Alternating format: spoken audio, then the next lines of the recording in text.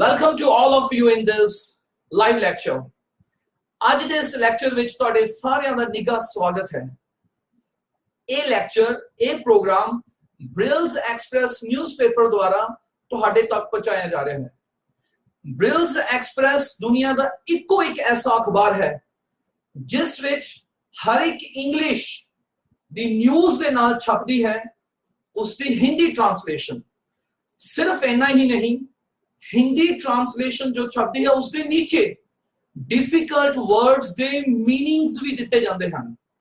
सो ये दुनिया का कल्ला कल्ला अखबार है जिस विच हर एक इंग्लिश दी खबर दे नाल छपती है उसकी हिंदी ट्रांसलेशन ताकि सानू ये इंग्लिश का अखबार पढ़ना आ सके।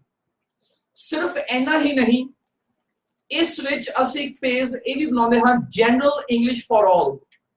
जेडे स्टूडेंट्स या जेडे लोग या जो भी आयल्स की तैयारी कर रहे ने ਜਾਂ ਕਿਸੇ ਵੀ ਪ੍ਰਕਾਰ ਦੇ ਕੰਪੀਟੀਟਿਵ ਐਗਜ਼ਾਮਸ ਦੀ ਤਿਆਰੀ ਕਰ ਰਹੇ ਨੇ ਉਹਨਾਂ ਸਟੂਡੈਂਟਸ ਲਈ ਇਹ ਬਹੁਤ ਹੀ ਜ਼ਿਆਦਾ ਫਾਇਦੇਮੰਦ ਹੈ। ਇਸ ਵਿੱਚ ਵੋਕੈਬਲਰੀ, ਗ੍ਰਾਮਰ, ਪ੍ਰੋਨੰਸੀਏਸ਼ਨ, ਫਰੇਜ਼ਲ ਵਰਬਸ ਬਹੁਤ ਕੁਝ ਦਿੱਤਾ ਜਾਂਦਾ ਹੈ ਜੋ ਕਿ ਤੁਹਾਡੇ ਐਗਜ਼ਾਮਸ ਦੇ ਲਈ ਐਕਸਟ੍ਰੀਮਲੀ ਬੈਨੀਫੀਸ਼ੀਅਲ ਹੈ। ਤਾਂ ਮੈਂ ਫਿਰ ਦੱਸ ਦੇਵਾਂ, this programme is by Brills Express. ਹੁਣ ਆਪਾਂ ਕਰਨ ਜਾ ਰਹੇ ਹਾਂ ਇਸ ਤੋਂ ਬਾਅਦ ਉਹ words, ਉਹ expressions ਜੋ इंग्लिश newspapers ਦੇ ਵਿੱਚ ਅਕਸਰ ਆਉਂਦੇ ਹਨ ਲੇਕਿਨ ਸਾਨੂੰ ਕਈ ਵਾਰੀ ਉਹ ਸਮਝ ਨਹੀਂ ਆਉਂਦੇ। ਇਹਨਾਂ ਕਰਕੇ ਹੀ ਸਾਨੂੰ ਇੰਗਲਿਸ਼ ਦੇ ਅਖਬਾਰ ਪੜ੍ਹਨ ਵਿੱਚ ਤਕਲੀਫ ਹੁੰਦੀ ਹੈ।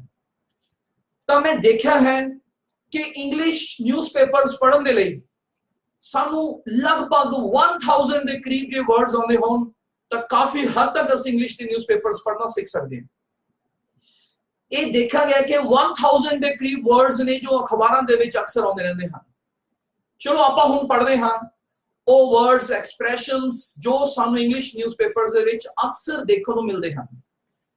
ਤਾਂ ਕੱਲ ਆਪਾਂ ਇੱਥੇ ਲਿਖਿਆ ਸੀਗਾ ਕਿ ਗੁੰਡਿਆਂ ਦੀ ਜਿਹੜੀ ਇੰਗਲਿਸ਼ ਹੈ ਉੱਥੋਂ ਆਪਾਂ ਸਟਾਰਟ ਕੀਤਾ ਸੀਗਾ।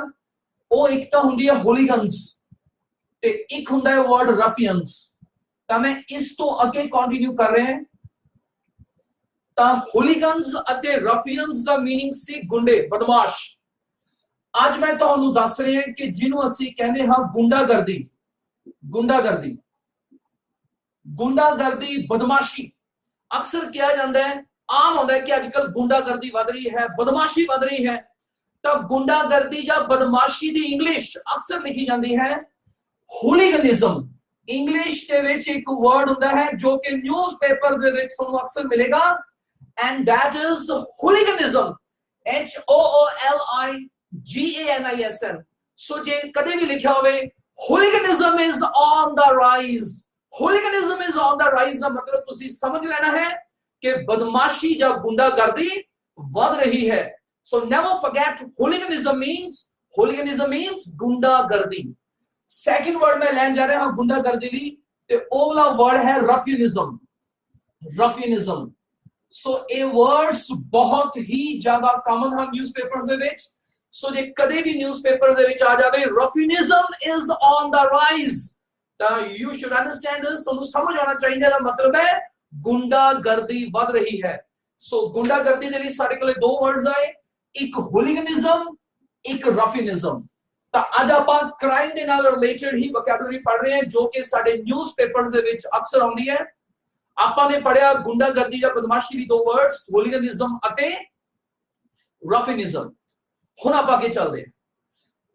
ਅੱਜ ਆਪਾਂ ਥੋੜਾ ਜਿਹਾ ਸਿਮੈਟ੍ਰਿਕਲੀ ਇਸ ਚੀਜ਼ ਨੂੰ ਕਰਨਾ ਹੈ ਕਿ ਗੁੰਡਾਗਰਦੀ ਦੇ ਵਿੱਚ ਹੋਰ ਕੀ ਚੀਜ਼ਾਂ ਆ ਗਈਆਂ, ਕਿਹੜੇ ਕਿਹੜੇ ਵਰਡਸ ਇਹਦੇ ਨਾਲ ਰਿਲੇਟਡ ਹੋਰ ਕੰਮ ਆਉਂਦੇ ਨੇ।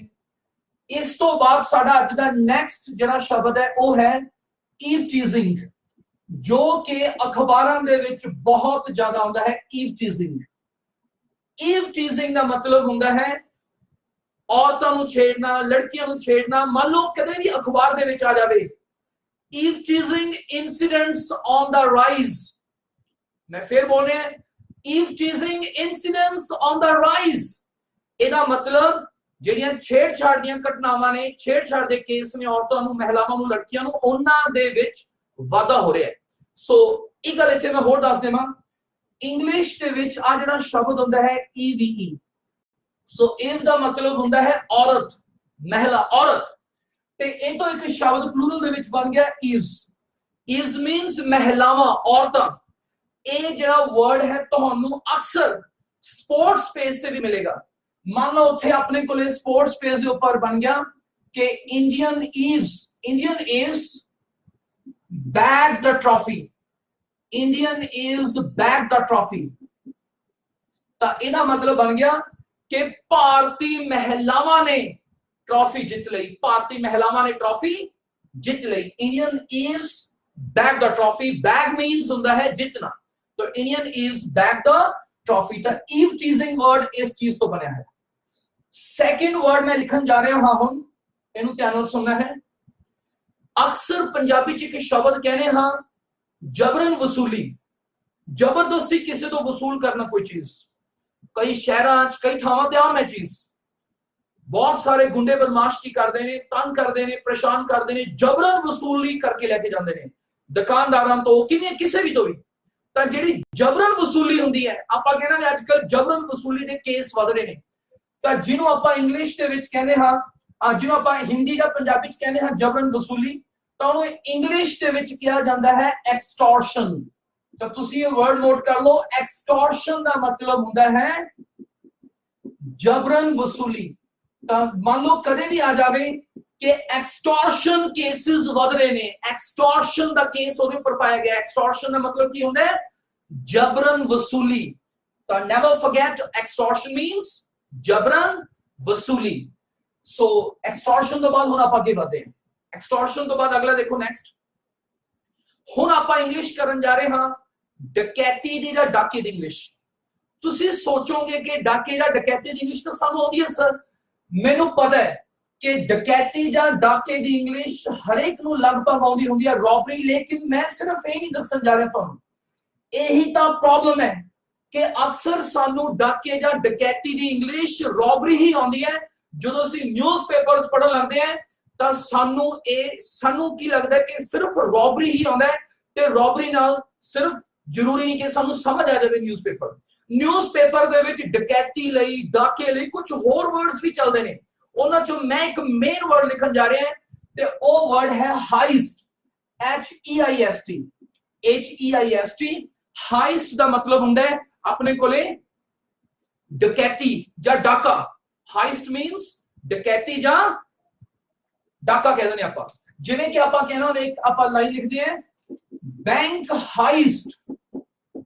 Heist in the city bank heist in the city ਦਾ ਮਤਲਬ ਕੀ ਆ ਗਿਆ कि सिटी दे विच bank heist in the city दा मीनिंग क्या गया कि शहर दे विच बैंक डकैती तो शहर दे विच बैंक डकैती दा मतलब क्या गया bank heist in the city so याद रखना है that's why newspapers seem to be difficult सानू औखे लगदे ने क्यों क्योंकि साडी वोकैबुलरी थोड़ी जी पूर हुंदी है कई बार कई स्टूडेंट्स दी तो याद रखना है रॉबरी तो आउंदा ही है वर्ड उस तो अलावा केड़ा वर्ड आ गया हाइस्ट मैं फिर बोलदा है हाइस्ट जदों भी वर्ड आ जाए न्यूज़पेपर तो तुसी समझ लेना ਇਹਦਾ मतलब है डकैती या डाका जिवें कि लिखा है बैंक हाइस्ट लिखा है इस तो बाद आप आगे चलते हैं हुण आपां जेड़ा अगला वर्ड पढ़न जा रहे हैं again that's extremely important Sonu अक्सर न्यूज़पेपर्स दे विच मिलेगा ते ओ वाला वर्ड लिख लो डिकैम्प विद DECAMP डिकैम्प विद इनू तुसी बड़े बड़े अक्षरां च लिख लेना दिस इज डिकैम्प विद हुन डिकैम्प विद वर्ड दा एक्सप्रेशन दा मीनिंग की है डिकैम्प विद एदा मतलब हुंदा है कोई चीज चक के चंपत हो जाना जिवें चोर करदे ने लुटेरे करदे ने कोई चीज चक के भज जाना चंपत हो जाना लेकिन कोई चीज चक के कोई कैश चक के गहने चक के नकदी चक के कुछ भी ਤਾਂ ਮੈਂ ਇਹਨੂੰ ਬਣਾ ਕੇ ਦਿਖਾਉਣਾ ਇੱਕ ਲਾਈਨ ਦੇ ਵਿੱਚ ਹੁਣ ਦੇਖੋ ਜਦੋਂ ਵੀ ਭੱਜਣ ਦੀ ਗੱਲ ਆਉਂਦੀ ਹੈ ਆਮ ਤੌਰ ਤੇ ਸਟੂਡੈਂਟਸ ਨੂੰ ਇੱਕ ਵਰਡ ਆਉਂਦਾ ਹੁੰਦਾ ਰਨ ਤਾਂ ਲੇਕਿਨ ਜ਼ਰੂਰੀ ਤਾਂ ਨਹੀਂ ਕਿ ਸਾਰੇ ਦੇ ਸਾਰੇ ਸੈਂਟੈਂਸਸ ਸਾਰੇ ਅਖਬਾਰ ਦੇ ਵਿੱਚ ਰਨ ਸ਼ਬਦ ਹੀ ਆਊਗਾ ਤਾਂ ਹੀ ਅਖਬਾਰ ਸਾਨੂੰ ਔਖੇ ਲੱਗਦੇ ਨੇ ਕਿਉਂਕਿ ਆਮ ਤੌਰ ਤੇ ਸਾਨੂੰ ਹੁੰਦਾ ਵੀ ਰਨ ਮੀਨਸ ਭੱਜਣਾ ਦੈਟਸ ਇਟ ਜਦੋਂ ਨਿਊਜ਼ਪੇਪਰ ਦੇ ਵਿੱਚ ਰਨ ਤੋਂ ਬਿਨਾ ਕੁਝ ਹੋਰ ਆ ਜਾਂਦਾ ਉਹ ਸਾਨੂੰ ਸਮਝ ਨਹੀਂ ਆਉਂਦਾ ਉਹਨੇ ਯਾਦ ਰੱਖਣਾ ਹੈ डिकैम्प विद दा मतलब कोई चीज चक के चंपत हो जाना भज जाना मैं एक सेंटेंस लिख देना मान लो मैं कहना होवे रॉबर्स डिकैम्प्ड विद cash ਇਹਦਾ ਮਤਲਬ ਇਹ ਹੋ ਗਿਆ ਕਿ ਲੁਟੇਰੇ ਨਕਦੀ ਚੱਕ ਕੇ ਫਰਾਰ ਹੋ ਗਏ, ਭੱਜ ਗਏ। robbers decamped with cash। so I hope ਤੁਹਾਨੂੰ ਸਮਝ ਆ ਗਿਆ ਹੋਵੇਗਾ। decamp with ਦਾ ਮਤਲਬ ਕੀ ਹੁੰਦਾ ਹੈ? ਕੋਈ ਚੀਜ਼ ਚੱਕ ਕੇ ਚੰਪਤ ਹੋ ਜਾਣਾ, ਭੱਜ ਜਾਣਾ। ਉਸ ਤੋਂ ਬਾਅਦ ਨੈਕਸਟ ਦੇਖੋ, ਹੁਣ ਆਪਾਂ ਇੰਗਲਿਸ਼ ਕਰਨ ਜਾ ਰਹੇ ਹਾਂ ਦਿਨ ਦਿਹਾੜੇ ਦੀ ਇੰਗਲਿਸ਼। ਅਕਸਰ ਨਿਊਜ਼ਪੇਪਰਸ ਦੇ ਵਿੱਚ ਖਬਰਾਂ ਆਉਂਦੀਆਂ ਨੇ ਕਿ ਦਿਨ ਦਿਹਾੜੇ ਡਾਕਾ ਪੈ ਗਿਆ, ਉਹਨਾਂ ਨੇ ਦਿਨ ਦਿਹਾੜੇ ਡਾਕਾ ਮਾਰਿਆ, ਦਿਨ ਦਿਹਾੜੇ ਡਕੈਤੀ ਕੀਤੀ, ਦਿਨ ਦਿਹਾੜੇ ਕਤਲ ਕੀਤਾ ਗਿਆ। ਦਿਨ ਦਿਹਾੜੇ ਵਰਡ ਬਹੁਤ ਆਉਂਦਾ ਇੰਗਲਿਸ਼ ਦੇ ਵਿੱਚ, ਅਖਬਾਰਾਂ 'ਚ ਖਾਸ ਤੌਰ ਤੇ। ਤਾਂ ਜਦੋਂ ਵੀ ਦਿਨ ਦਿਹਾੜੇ ਦੀ ਇੰਗਲਿਸ਼ ਲਿਖਣੀ ਹੈ ਤਾਂ ਉਹਦੇ ਲਈ ਅਕਸਰ ਇੱਕ ਐਕਸਪ੍ਰੈਸ਼ਨ ਲਿਖਿਆ ਜਾਂਦਾ ਹੈ ਇਨ ਬ੍ਰੌਡ ਡੇ ਲਾਈਟ। ਜਦੋਂ ਪੂਰਾ ਦਿਨ ਚੜਿਆ ਹੋਇਆ ਸੀ ਤਾਂ ਉਹਨੂੰ ਇੰਗਲਿਸ਼ ਦੇ ਵਿੱਚ ਲਿਖਿਆ ਜਾਂਦਾ ਹੈ ਇਨ ਬ੍ਰੌਡ ਡੇ ਲਾਈਟ, means दिन दहाड़े। Let's make one sentence। आओ आप एक sentence बनाइए। मान लो आपका कहना है they committed robbery। किसी भी माड़े काम ਨੂੰ ਅਕਸਰ ਕਰਨਾ ਹੈ ਤਾਂ ਅਸੀਂ ਕਰਨ ਦੀ ਇੰਗਲਿਸ਼ do ਦੀ ਬਜਾਏ commit ਲਿਖਦੇ ਹੁੰਦੇ ਆ। ਤਾਂ ਹੀ ਮੈਂ ਕਿਹਾ they committed robbery, ਉਹਨਾਂ ਨੇ ਡਾਕਾ ਮਾਰਿਆ। ਤਾਂ ਡਾਕਾ ਮਾਰਨ ਦੀ ਇੰਗਲਿਸ਼ ਕੀ ਲਿਖੀ ਆਪਾਂ ਨੇ? commit robbery। they committed robbery ਅੱਗੇ ਆਪਾਂ ਲਿਖ ਸਕਦੇ ਹਾਂ in broad daylight। they committed robbery in broad daylight। ਤਾਂ ਇਹਦਾ ਮਤਲਬ ਆ ਗਿਆ ਕਿ ਉਹਨਾਂ ਨੇ ਦਿਨ ਦਿਹਾੜੇ ਡਾਕਾ ਮਾਰਿਆ। they committed robbery in broad daylight। so this is very important, immensely important। note down, in broad daylight means ਦਿਨ ਦਿਹਾੜੇ। ਉਸ ਤੋਂ ਬਾਅਦ ਨੈਕਸਟ ਦੇਖੋ, ਹੁਣ ਜਿਹੜਾ ਮੈਂ ਦੱਸਣ ਜਾ ਰਿਹਾ ਉਹ ਵੀ ਬਹੁਤ ਇੰਪੋਰਟੈਂਟ ਹੈ। ਸਾਰੀਆਂ ਇੰਪੋਰਟੈਂਟ ਚੀਜ਼ਾਂ ਆਪਾਂ ਕਰ ਰਹੇ ਹਾਂ। ਕਈ ਵਾਰ ਜਦੋਂ ਲਿਖਿਆ ਹੁੰਦਾ ਤਾਂ ਸਮਝ ਨਹੀਂ ਆਉਂਦਾ ਬਹੁਤ ਸਾਰੇ ਸਟੂਡੈਂਟਸ ਨੂੰ ਇਹਦਾ ਮੀਨਿੰਗ ਕੀ ਹੋਇਆ। ਅਕਸਰ ਨਿਊਜ਼ਪੇਪਰਸ ਦੇ ਵਿੱਚ ਇੱਕ ਸ਼ਬਦ, ਇੱਕ ਐਕਸਪ੍ਰੈਸ਼ਨ ਲਿਖਿਆ ਹੁੰਦਾ ਹੈ ਸਮਾਲ ਆਵਰਸ। ਹੁਣ ਇੱਕ ਸਟੂਡੈਂਟ ਸੋਚਦਾ ਹੈ ਕਿ ਇਹ ਜਿਹੜੇ ਆਵਰਸ ਨੇ, ਘੰਟੇ ਹੋ ਗਏ, ਸਮਾਲ ਆਵਰਸ ਕੀ ਗੱਲ ਬਣੀ? ਸਮਝ ਨਹੀਂ ਆਉਂਦਾ ਵੀ ਇਹ ਸਮੇਂ ਦੀ ਕਿਹੜੀ ਘੜੀ ਆ ਗਈ, ਕਿੰਨੇ ਵਜੇ ਹੋ ਗਏ, ਕੀ ਇਹ ਦੁਪਹਿਰ ਦਾ ਟਾਈਮ ਹੈ, ਰਾਤ ਦਾ ਟਾਈਮ ਹੈ, ਸ਼ਾਮ ਦਾ ਟਾਈਮ ਹੈ, ਸਮਝ ਨਹੀਂ ਆਉਂਦੀ। ਮੰਨ ਲਓ ਇੱਕ ਸੈਂਟੈਂਸ ਆਪਣੇ ਕੋਲੇ, ਮੰਨ ਲਓ ਆਪਾਂ ਸੈਂਟੈਂਸ ਕਹਿੰਦੇ ਆ they committed the murder। ਉਹਨਾਂ ਨੇ ਮਰਡਰ ਕੀਤਾ, ਕਤਲ ਕੀਤਾ। ਕਤਲ ਵੀ ਇੱਕ ਬੁਰੀ ਚੀਜ਼ ਹੈ, ਇਸ ਕਰਕੇ ਡੂ ਦੀ ਬਜਾਏ ਕਰਨ ਦੀ ਇੰਗਲਿਸ਼ ਕੀ ਲਿਖਦੇ ਆ ਆਪਾਂ? commit। ਮੈਂ ਫੇਰ ਕਹਿ ਰਿਹਾ commit। they committed the murder during small hours। during small hours। ਹੁਣ ਇੱਕ ਸਟੂਡੈਂਟ ਸੋਚਦਾ ਹੈ ਜਾਂ ਬਹੁਤ ਸਾਰੇ ਲੋਕੀ ਸੋਚਦੇ ਨੇ ਜਦੋਂ ਨਿਊਜ਼ਪੇਪਰ ਪੜ੍ਹਦੇ ਨੇ ਸਮਾਲ ਆਵਰਸ ਕਿਹੜੇ ਆ ਗਏ। ਮੈਂ ਤੁਹਾਨੂੰ ਦੱਸਦਾ, ਸਮਾਲ ਆਵਰਸ ਦਾ ਮਤਲਬ ਹੁੰਦਾ ਹੈ, ਸਮਾਲ ਆਵਰਸ ਦਾ ਮਤਲਬ ਹੁੰਦਾ ਹੈ ਸਵੇਰੇ ਬਹੁਤ ਜਲਦੀ। ਲੇਕਿਨ ਦੱਸਦਾ ਮੈਂ, ਸਵੇਰ ਦੇ 3-4 ਵਜੇ ਦਾ ਸਮਾਂ ਲਗਭਗ। ਸਵੇਰ ਦਾ ਮਤਲਬ ਦੁਪਹਿਰ ਦਾ ਸਮਝ ਲੈਣਾ।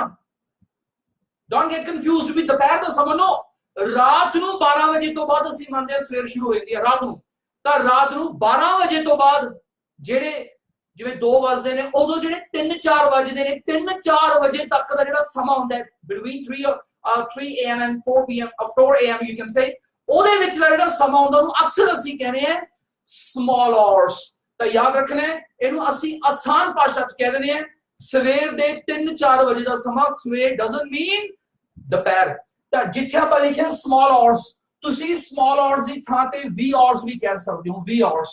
ਵੀ ਆਵਰਸ ਤੇ ਸਮਾਲ ਆਵਰਸ ਦੇ ਵਿੱਚ ਕੋਈ ਫਰਕ ਨਹੀਂ, ਦੋਨਾਂ ਦਾ ਮਤਲਬ ਹੁੰਦਾ ਹੈ ਸਵੇਰ ਦੇ 3-4 ਵਜੇ ਦਾ ਸਮਾਂ। So keep in mind small hours and wee hours. आओ ਆਪਾਂ ਇਸ ਤੋਂ ਅੱਗੇ ਚਲੀਏ। ਹੁਣ ਸੋ ਆਪਾਂ ਨੇ ਪੜਿਆ ਸਮਾਲ ਆਵਰਸ, ਵੀ ਆਵਰਸ। ਹੁਣ ਆਪਾਂ ਅੱਗੇ ਦੇਖਦੇ ਹਾਂ, ਆਪਾਂ ਪੜ ਰਹੇ ਹਾਂ ਕ੍ਰਾਈਮ ਨਾਲ ਰਿਲੇਟਡ ਵਰਡਸ। ਪਹਿਲਾਂ ਆਪਾਂ ਗੁੰਡੇ ਬਦਮਾਸ਼ਾਂ ਦੀ ਇੰਗਲਿਸ਼ ਪੜ੍ਹੀ, ਗੁੰਡਾਗਰਦੀ ਦੀ ਪੜ੍ਹੀ, ਵਗੈਰਾ ਵਗੈਰਾ। ਅੱਛਾ, ਕ੍ਰਾਈਮ ਕਿਹੋ ਜਿਹਾ ਸਮਾਜ ਹੁੰਦਾ ਹੈ, ਆਪਾਂ ਉਹਦੇ ਬਾਰੇ ਕੁਝ ਵਾਕਿਆ ਪੜ ਰਹੇ ਹਾਂ। ਜਿਵੇਂ ਕਿ ਸੁਣੋ, ਮੰਨ ਲਓ ਆਪਾਂ ਕਹਿਣਾ ਹੋਵੇ ਕਿਸੇ ਨੇ ਉਹਦੇ ਉੱਪਰ ਹਮਲਾ ਕਰਤਾ। ਹਮਲਾ ਕਰਨ ਦੀ ਇੰਗਲਿਸ਼ ਹਰੇਕ ਨੂੰ ਮੈਨੂੰ ਲੱਗਦਾ ਆਉਂਦੀ ਹੁੰਦੀ ਹੈ ਅਟੈਕ। पर प्रॉब्लम यही है ना कि सानू अटैक मैंने हमला करना तो आउंदा है, लेकिन अखबार जो ਅਸੀਂ ਪੜ੍ਹਦੇ ਆ, when we read the newspapers, ਉਦੋਂ ਉੱਥੇ ਕੁਝ ਹੋਰ ਲਿਖਿਆ ਹੁੰਦਾ ਹੈ। ਸਾਡੀ knowledge attack ਤੱਕ ਸੀਮਿਤ ਹੈ।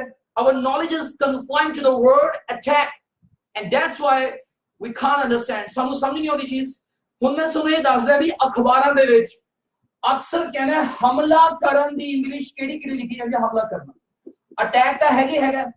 ਅਟੈਕ ਤੋਂ ਇਲਾਵਾ ਮੈਂ ਤੁਹਾਨੂੰ 2 ਵਰਡਸ ਦੱਸ ਰਹੇ ਜਿਹੜੇ ਕਿ ਬਹੁਤ ਨਿਊਜ਼ਪੇਪਰਸ ਦੇ ਵਿੱਚ ਦੇਖੇ ਜਾਂਦੇ ਨੇ। ਉਹਨਾਂ ਦੇ ਵਿੱਚੋਂ ਪਹਿਲਾ ਵਰਡ ਹੈ ਅਸੇਲ। ਯੈਸ, ਅਸੇਲ।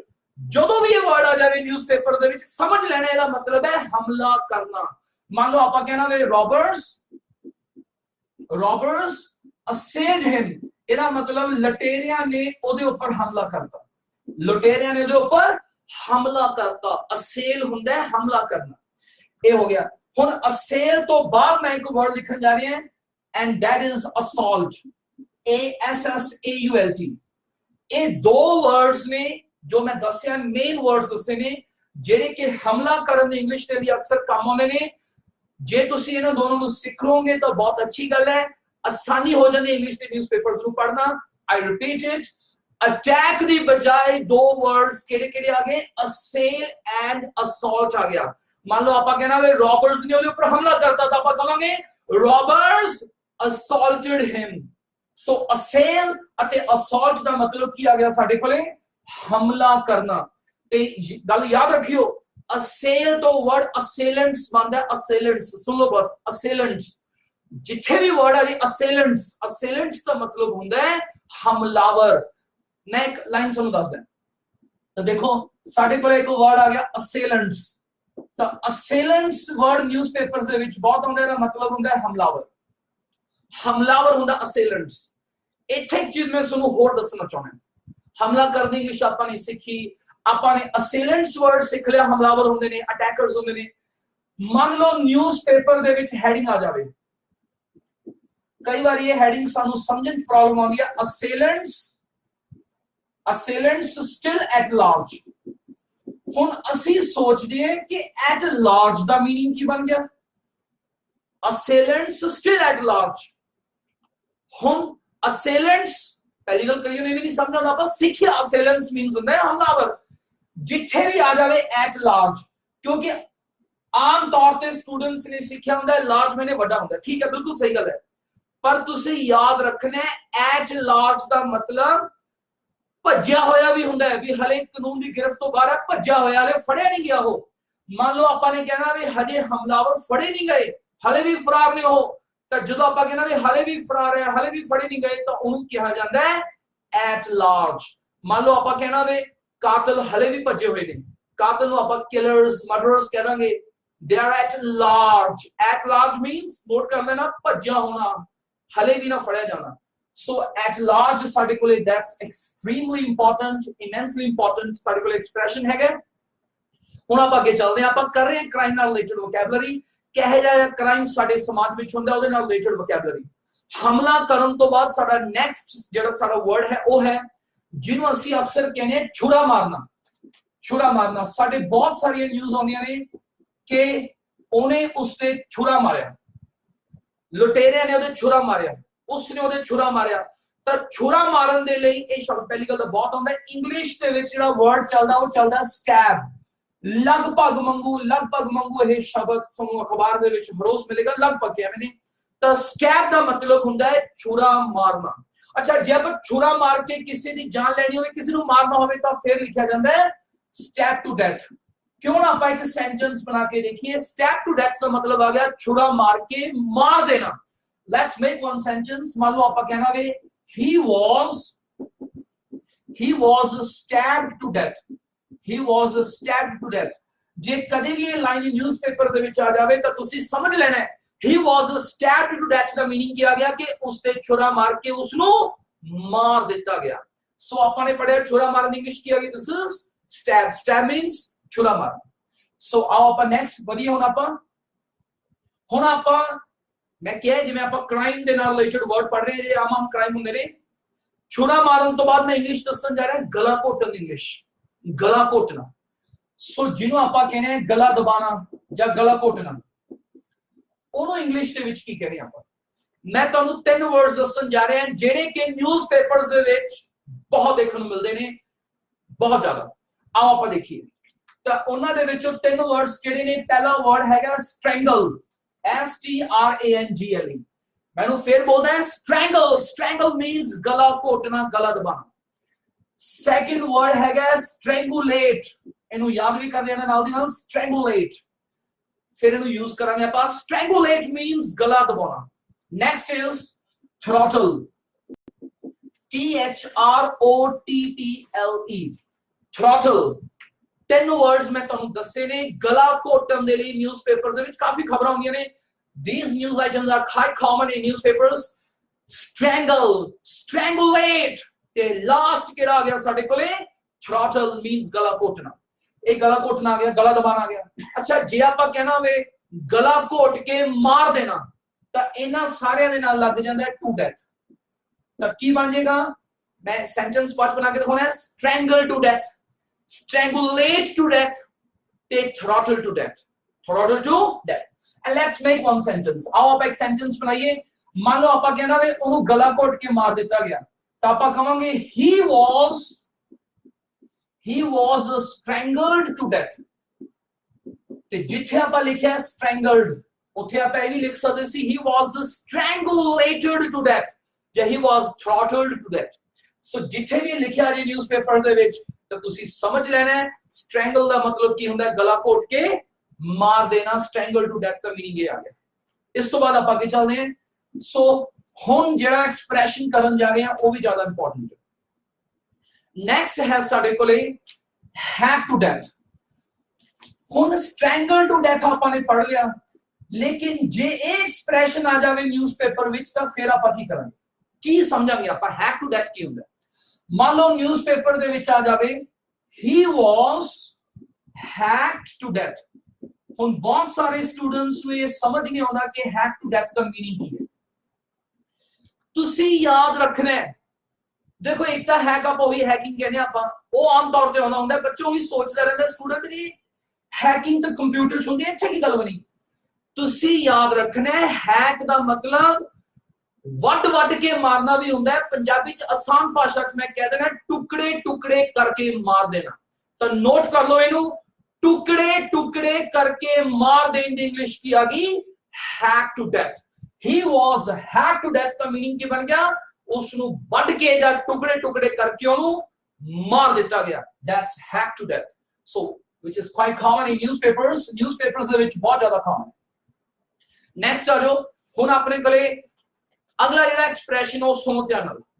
ਮੰਨ ਲਓ ਸੋ ਮੈਂ 2-3 ਐਕਸਪ੍ਰੈਸ਼ਨਸ ਆ ਗਏ. ਮੰਨ ਲਓ न्यूज़पेपर ਦੇ ਵਿੱਚ ਇੱਕ ਖਬਰ ਹੈ कि किसी ने ਜਾਂ ਆਪਾਂ ਆਮ ਕਹਿੰਦੇ ਆ ਲੁਟੇਰਿਆਂ ਨੇ ਜਾਂ ਕਿਸੇ ਨੇ ਵੀ ਉਹਦੀ ਲੱਤ ਕੱਟ ਦਿੱਤੀ ਜਾਂ ਸਰੀਰ ਦਾ ਕੋਈ ਅੰਗ ਕੱਟ ਦਿੱਤਾ ਬਾਹ ਕੱਟ ਦਿੱਤੀ ਹਿੰਸਕ ਤਰੀਕੇ ਨਾਲ ਆਪਾਂ ਕਹਿੰਦੇ ਵੇ ਉਹਨੂੰ ਲੁੱਟਣ ਆਈ ਸੀ ਤੇ ਉਹਨਾਂ ਨੇ ਉਹਦੀ ਬਾਹ ਵੱਢਤੀ. ਹੁਣ ਜਦੋਂ ਵੀ ਇਹਨੂੰ ਇੰਗਲਿਸ਼ ਦੇ ਵਿੱਚ ਲਿਖਿਆ ਜਾਂਦਾ ਫਿਰ ਕੀ ਹੁੰਦਾ ਧਿਆਨ ਨਾਲ ਸੁਣੋ ਤਾਂ ਅਕਸਰ ਕੀ ਲਿਖਿਆ ਜਾਂਦਾ ਹੈ ਸਾਨੂੰ ਬੱਚਿਆਂ ਨੂੰ ਆਮ ਤੌਰ ਤੇ ਦੀ ਗੱਲ ਕਰਦੇ ਹਾਂ ਕੱਟਣ ਦੀ ਜਿਹੜੀ ਇੰਗਲਿਸ਼ ਆ ਉਹਦੀ ਉਹਨੇ ਕੱਟ ਤੇ ਸਾਨੂੰ ਸਿਰਫ ਕੱਟ ਵਰਡ ਆਉਂਦਾ ਤੇ ਅਸੀਂ ਨਿਊਜ਼ਪੇਪਰ ਪੜ੍ਹਨਾ ਸਟਾਰਟ ਕਰਦੇ ਤਾਂ ਉੱਥੇ ਤਾਂ ਜ਼ਰੂਰੀ ਨਹੀਂ ਕੱਟ ਹੋਵੇਗਾ. ਕੱਟ ਤੋਂ ਬਿਨਾਂ ਵੀ ਬਹੁਤ ਸਾਰੇ ਵਰਡਸ ਨੇ ਸਾਨੂੰ ਆਉਂਦੇ ਨਹੀਂ ਹੁੰਦੇ. ਇਸੇ ਕਰਕੇ ਹੀ ਸਾਨੂੰ ਉਹ ਚੀਜ਼ਾਂ ਸਮਝ ਨਹੀਂ ਆਉਂਦੀਆਂ. ਤਾਂ ਮੈਂ ਤੁਹਾਨੂੰ ਇੱਥੇ ਇੱਕ ਦੋ ਵਰਡਸ ਦੱਸਦਾ. ਮੰਨ ਲਓ ਕਿਸੇ ਚੀਜ਼ ਨੂੰ ਸਰੀਰ ਦੇ ਕਿਸੇ ਅੰਗ ਨੂੰ ਅਸੀਂ ਜਾਂ ਕਿਸੇ ਨੇ ਵੀ ਸਰੀਰ ਦੇ ਕਿਸੇ ਅੰਗ ਨੂੰ ਕਿਸੇ ਨੇ ਵੀ ਹਿੰਸਕ ਰੂਪ ਦੇ ਵਿੱਚ ਵੱਢਣਾ ਹਿੰਸਕ ਰੂਪ ਦੇ ਵਿੱਚ ਕੱਟਣਾ ਤਾਂ ਉਹਦੇ ਲਈ ਨਿਊਜ਼ਪੇਪਰ ਦੇ ਵਿੱਚ ਇੱਕ ਸ਼ਬਦ ਆਉਂਦਾ ਹੈ ਮਿਊਟੀਲੇਟ. ਇਹਨੂੰ ਨੋਟ ਕਰ ਲੈਣਾ. ਮਿਊਟੀਲੇਟ ਦਾ ਮਤਲਬ ਹੁੰਦਾ ਹੈ ਆਮ ਤੌਰ ਤੇ ਕਿਸੇ ਅੰਗ को काटना. ਸੋ ਇੱਥੇ ਮੈਂ ਲਿਖ ਦੇਣਾ ਮਿਊਟੀਲੇਟ ਵਰਡ ਆਉਂਦਾ ਹੁੰਦਾ ਹੈ ਕਿਸੇ ਅੰਗ ਨੂੰ ਕੱਟ ਦੇਣਾ. ਉਹ ਵੀ ਹਿੰਸਕ ਰੂਪ ਦੇ ਵਿੱਚ ਯਾਦ ਰੱਖਣਾ ਹਿੰਸਕ ਰੂਪ ਦੇ ਵਿੱਚ. ਮੰਨ ਲਓ ਆਪਾਂ ਕਹਿਣਾ ਹੋਵੇ ਦੇ ਵੈਸੇ ਇੱਕ ਸੈਂਟੈਂਸ ਲਿਖ ਦੇਣਾ ਦੇ mutilated his leg.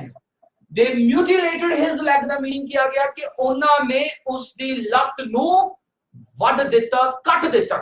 ਤਾਂ ਪਲੀਜ਼ ਇਹਨੂੰ ਯਾਦ ਰੱਖਣਾ ਤੁਸੀਂ ਮਿਊਟੀਲੇਟ ਦਾ ਮੀਨਿੰਗ ਕੀ ਹੁੰਦਾ ਹੈ ਹਿੰਸਕ ਰੂਪ ਦੇ ਵਿੱਚ ਕਿਸੇ ਚੀਜ਼ ਨੂੰ ਕੱਟ ਦੇਣਾ.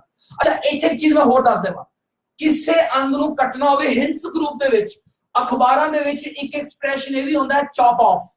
ਚੌਪ ਮੈਨੇ ਕੱਟਣਾ ਹੁੰਦਾ ਆਫ ਮੈਨੇ ਕੱਟ ਕੇ ਅੱਡ ਕਰ ਦੇਣਾ. सो याद रखना है चॉप ऑफ वर्ड भी बहुत ज्यादा एक्सप्रेशन का होता है चॉप ऑफ. तो आओ आप एक सेंटेंस बनाइए नीचे मैं फिर बोल देवा म्यूटिलेट ते चॉप ऑफ. याद रहेगा तो म्यूटिलेट ते चॉप ऑफ. मान लो आप कहना वे हिल्स. सो बढ़िया ਭੈੜੀਆਂ ਨਿਊਜ਼ ਨੇ ਵੈਸੇ ਤਾਂ ਇਹਨਾਂ ਨਹੀਂ ਹੋਣਾ ਚਾਹੀਦਾ ਸਾਡੇ ਸਮਾਜ ਵਿੱਚ ਇਹ ਜਿਹੀ ਚੀਜ਼ਾਂ ਪਰ ਬਦਕਿਸਮਤੀ ਨਾਲ ਇਹ ਚੀਜ਼ਾਂ ਵਾਪਰਦੀਆਂ ਨੇ. ਮੰਨ ਲਓ ਆਪਾਂ ਕਹਿੰਦਾ ਵੀ ਹਿਸ ਨੋਜ਼ ਵਾਸ ਚੌਪਡ ਆਫ ਤਾਂ ਇਹਦਾ ਮਤਲਬ ਇਹ ਬਣ ਗਿਆ ਕਿ ਉਸਦੇ ਨੱਕ ਨੂੰ ਕੱਟ ਕੇ ਅੱਡ ਕਰ ਦਿੱਤਾ ਗਿਆ ਉਹਦਾ ਨੱਕ ਵੱਢ ਦਿੱਤਾ ਗਿਆ. सो कट्टन दी इंग्लिश अपने कोले हिंसक रूप दे विच आ गई, एक तां म्यूटिलेट ते एक चॉप। तुहानू म्यूटिलेट नाल रिलेटेड एक चीज मैं दसदा है, सॉरी, एक आम तौर ते तुहानू वर्ड मिलेगा म्यूटिलेटेड बॉडी। मान लो आपां कहना होवे कि पुलिस नू खेतां दे विचों एक म्यूटिलेटेड बॉडी मिली है। हुण आपां ये देखना है कि म्यूटिलेटेड बॉडी किहड़ी हुंदी है, जिन्हों असीं कहने हुंदे आ अनकटी हुई लाश। जे मूरी आ जाए बैडली म्यूटिलेटेड बॉडी, तेरा मतलब हुंदा है बुरी तरह अनकटी हुई लाश। सुनो ध्यान नाल मैं की क्या, मान लो आ जाए a badly mutilated body was found in the fields, badly mutilated body was found in the fields। ਇਹਦਾ मतलब ਕੀ ਆ ਗਿਆ कि एक बुरी तरह अनकटी हुई लाश खेतां विच लभी गई, पाई गई। So this is very common word in newspapers, ये याद रखना। इस तो बाद आप क्राइम नाल रिलेटेड अगला वर्ड पढ़दे हैं कि साडे समाज विच किहो जिहा क्राइम हुंदा नो आप पढ़न जा रहे हैं। सो कटना आ गया, हमला करना आ गया, गला घोटना आ गया, शब्द आ गए। इस तो बाद साडा अगला है अगवा करना। हुण अगवा करन दी इंग्लिश हरेक नूं मैनूं पता आउंदी हुंदी है किडनैप। किडनैप वर्ड आउंदा हुंदा है, किडनैप। लेकिन प्रॉब्लम यही है जो सानू सिर्फ किडनैप आउंदा ते असीं न्यूज़पेपर पढ़न लग रहे हैं, उत्थे बहुत सारी चीज़ां फिर समझ नहीं आउंदियां। तुसीं याद रखना है जिन्हों असीं अगवा करना कहने हैं, अगवा करना किडनैप का वर्ड हुंदा ही हुंदा है, लेकिन न्यूज़पेपर दे विच किडनैप दी बजाय किडनैप तो आउंदा ही हुंदा है। एक होर वर्ड भी चलदा है एबडक्ट, इहनूं नोट कर लो please, ABDUCT। This is ABDUCT। Abduct का मतलब भी हुंदा है अगवा कर लेना, अपहरण कर लेना। सो इनू आपां लिख लिया दिस इज किडनैप एबडक्ट। क्यों ना आपां एक सेंटेंस बना के देखिए। मान लो आपां कहना होवे he was abducted, he was abducted। जे न्यूज़ दे विच ये चीज आ जावे he was abducted या he was abducted from the street, ਇਹਦਾ मतलब ये हो गया कि ਉਹਨੂੰ ਗਲੀ ਦੇ ਵਿੱਚੋਂ ਅਗਵਾ ਕਰ ਲਿਆ ਗਿਆ। मैं फिर दस रही हूं अगवा ਕਰਨ ਦੀ ਇੰਗਲਿਸ਼ ਇੱਕ ਤਾਂ ਆ ਗਈ ਸਾਡੇ ਕੋਲੇ किडनैप, उस तो बिना केड़ा वर्ड आ गया एबडक्ट। एक और शब्द उन्होंने सुन लेना है हाईजैक। हाईजैक मैंने भी अगवा करना होता है, लेकिन वो आम तौर पे किसी वाहन लिए यूज किया जाता है। मान लो आप कहना भी उन्होंने एरोप्लेन नो अगवा कर लिया, अपहरण कर लिया होता, तो वो आप कहेंगे they hijacked the plane, they hijacked the aeroplane। so hijack word is usually used for, you can say, for vehicles। उन्होंने कहा है। सो आज अपन एक चीज और सीखी कि अगवा करन इंग्लिश सिर्फ ते सिर्फ जरूरी नहीं कि कैपिंग बचावे, एबडक्ट भी हुंदी है। अच्छा, एबडक्ट तो वर्ड बनदा है एबडक्टर्स। एबडक्टर्स कौन हुंदे ने? अगवाकार, जेडे अगवा करदे ने, अपहरण करदे ने। अक्सर देखा गया जो अगवा करके किसी को लेके जाते हैं वो पैसे की मांग करते हैं, जेडी ओनू असी पंजाबी हिंदी च भी उन्हें एक शब्द कहना है फिरौती। उन्होंने फिरौती मंगी, फिरौती। तो जिन्हों असी फिरौती कहने हैं ओदी इंग्लिश नोट कर लो, फिरौती दी इंग्लिश हुंदी है रैंसम। फिरौती दी इंग्लिश हुंदी है रैंसम, RANSOM। रैंसम का मतलब हुंदा है फिरौती। नोट करो प्लीज इनू। रैंसम का मीनिंग की हुंदा है फिरौती। आप आम कह सकते हैं कि they demanded a ransom of rupees 5 lakh, 6 lakh, 7 lakh, जो भी है। But never forget ransom का मीनिंग की है this is फिरौती हुंदा है। So abductors अगवाकार आ गए। इस तो बाद साडे कोले वर्ड केड़ा आ गया this is ransom। ransom तो बाद हुण आप आगे चलते हैं। नेक्स्ट देखो, इस तो आगे चलने तो पहले मैं फिर दस देवां कि ये प्रोग्राम ब्रिल्स एक्सप्रेस द्वारा तुहाडे तक लाइव पहुंचाया जा रहा है। ब्रिल्स एक्सप्रेस दुनिया का इको एक ऐसा अखबार है जिस विच हर एक इंग्लिश की न्यूज़ आइटम दे नाल हुंदी है उसकी हिंदी ट्रांसलेशन। सिर्फ इना ही नहीं, ब्रिल्स एक्सप्रेस न्यूज़पेपर दे विच हिंदी ट्रांसलेशन तो अलावा नीचे डिफिकल्ट वर्ड्स दे मीनिंग्स भी दिते जांदे ने। ते जेडे स्टूडेंट्स आईएलटीएस की प्रिपरेशन कर रहे ने जां होर किसी भी प्रकार दे कंपीटिटिव एग्जाम्स की तैयारी कर रहे ने, उन्हां स्टूडेंट्स लई यह अखबार बहुत ही लाहेवंद है। This newspaper will come in immensely handy for those students who are preparing for competitive exams, जिवें कि IELTS आ गया। ते इस न्यूज़पेपर दे विच हर एक खबर दे नाल छापदे हो उसदी हिंदी ट्रांसलेशन, ताकि सानू अखबार पढ़ना इंग्लिश दा इजीली आ सके। ते हुण आपां वधदे हां अगे।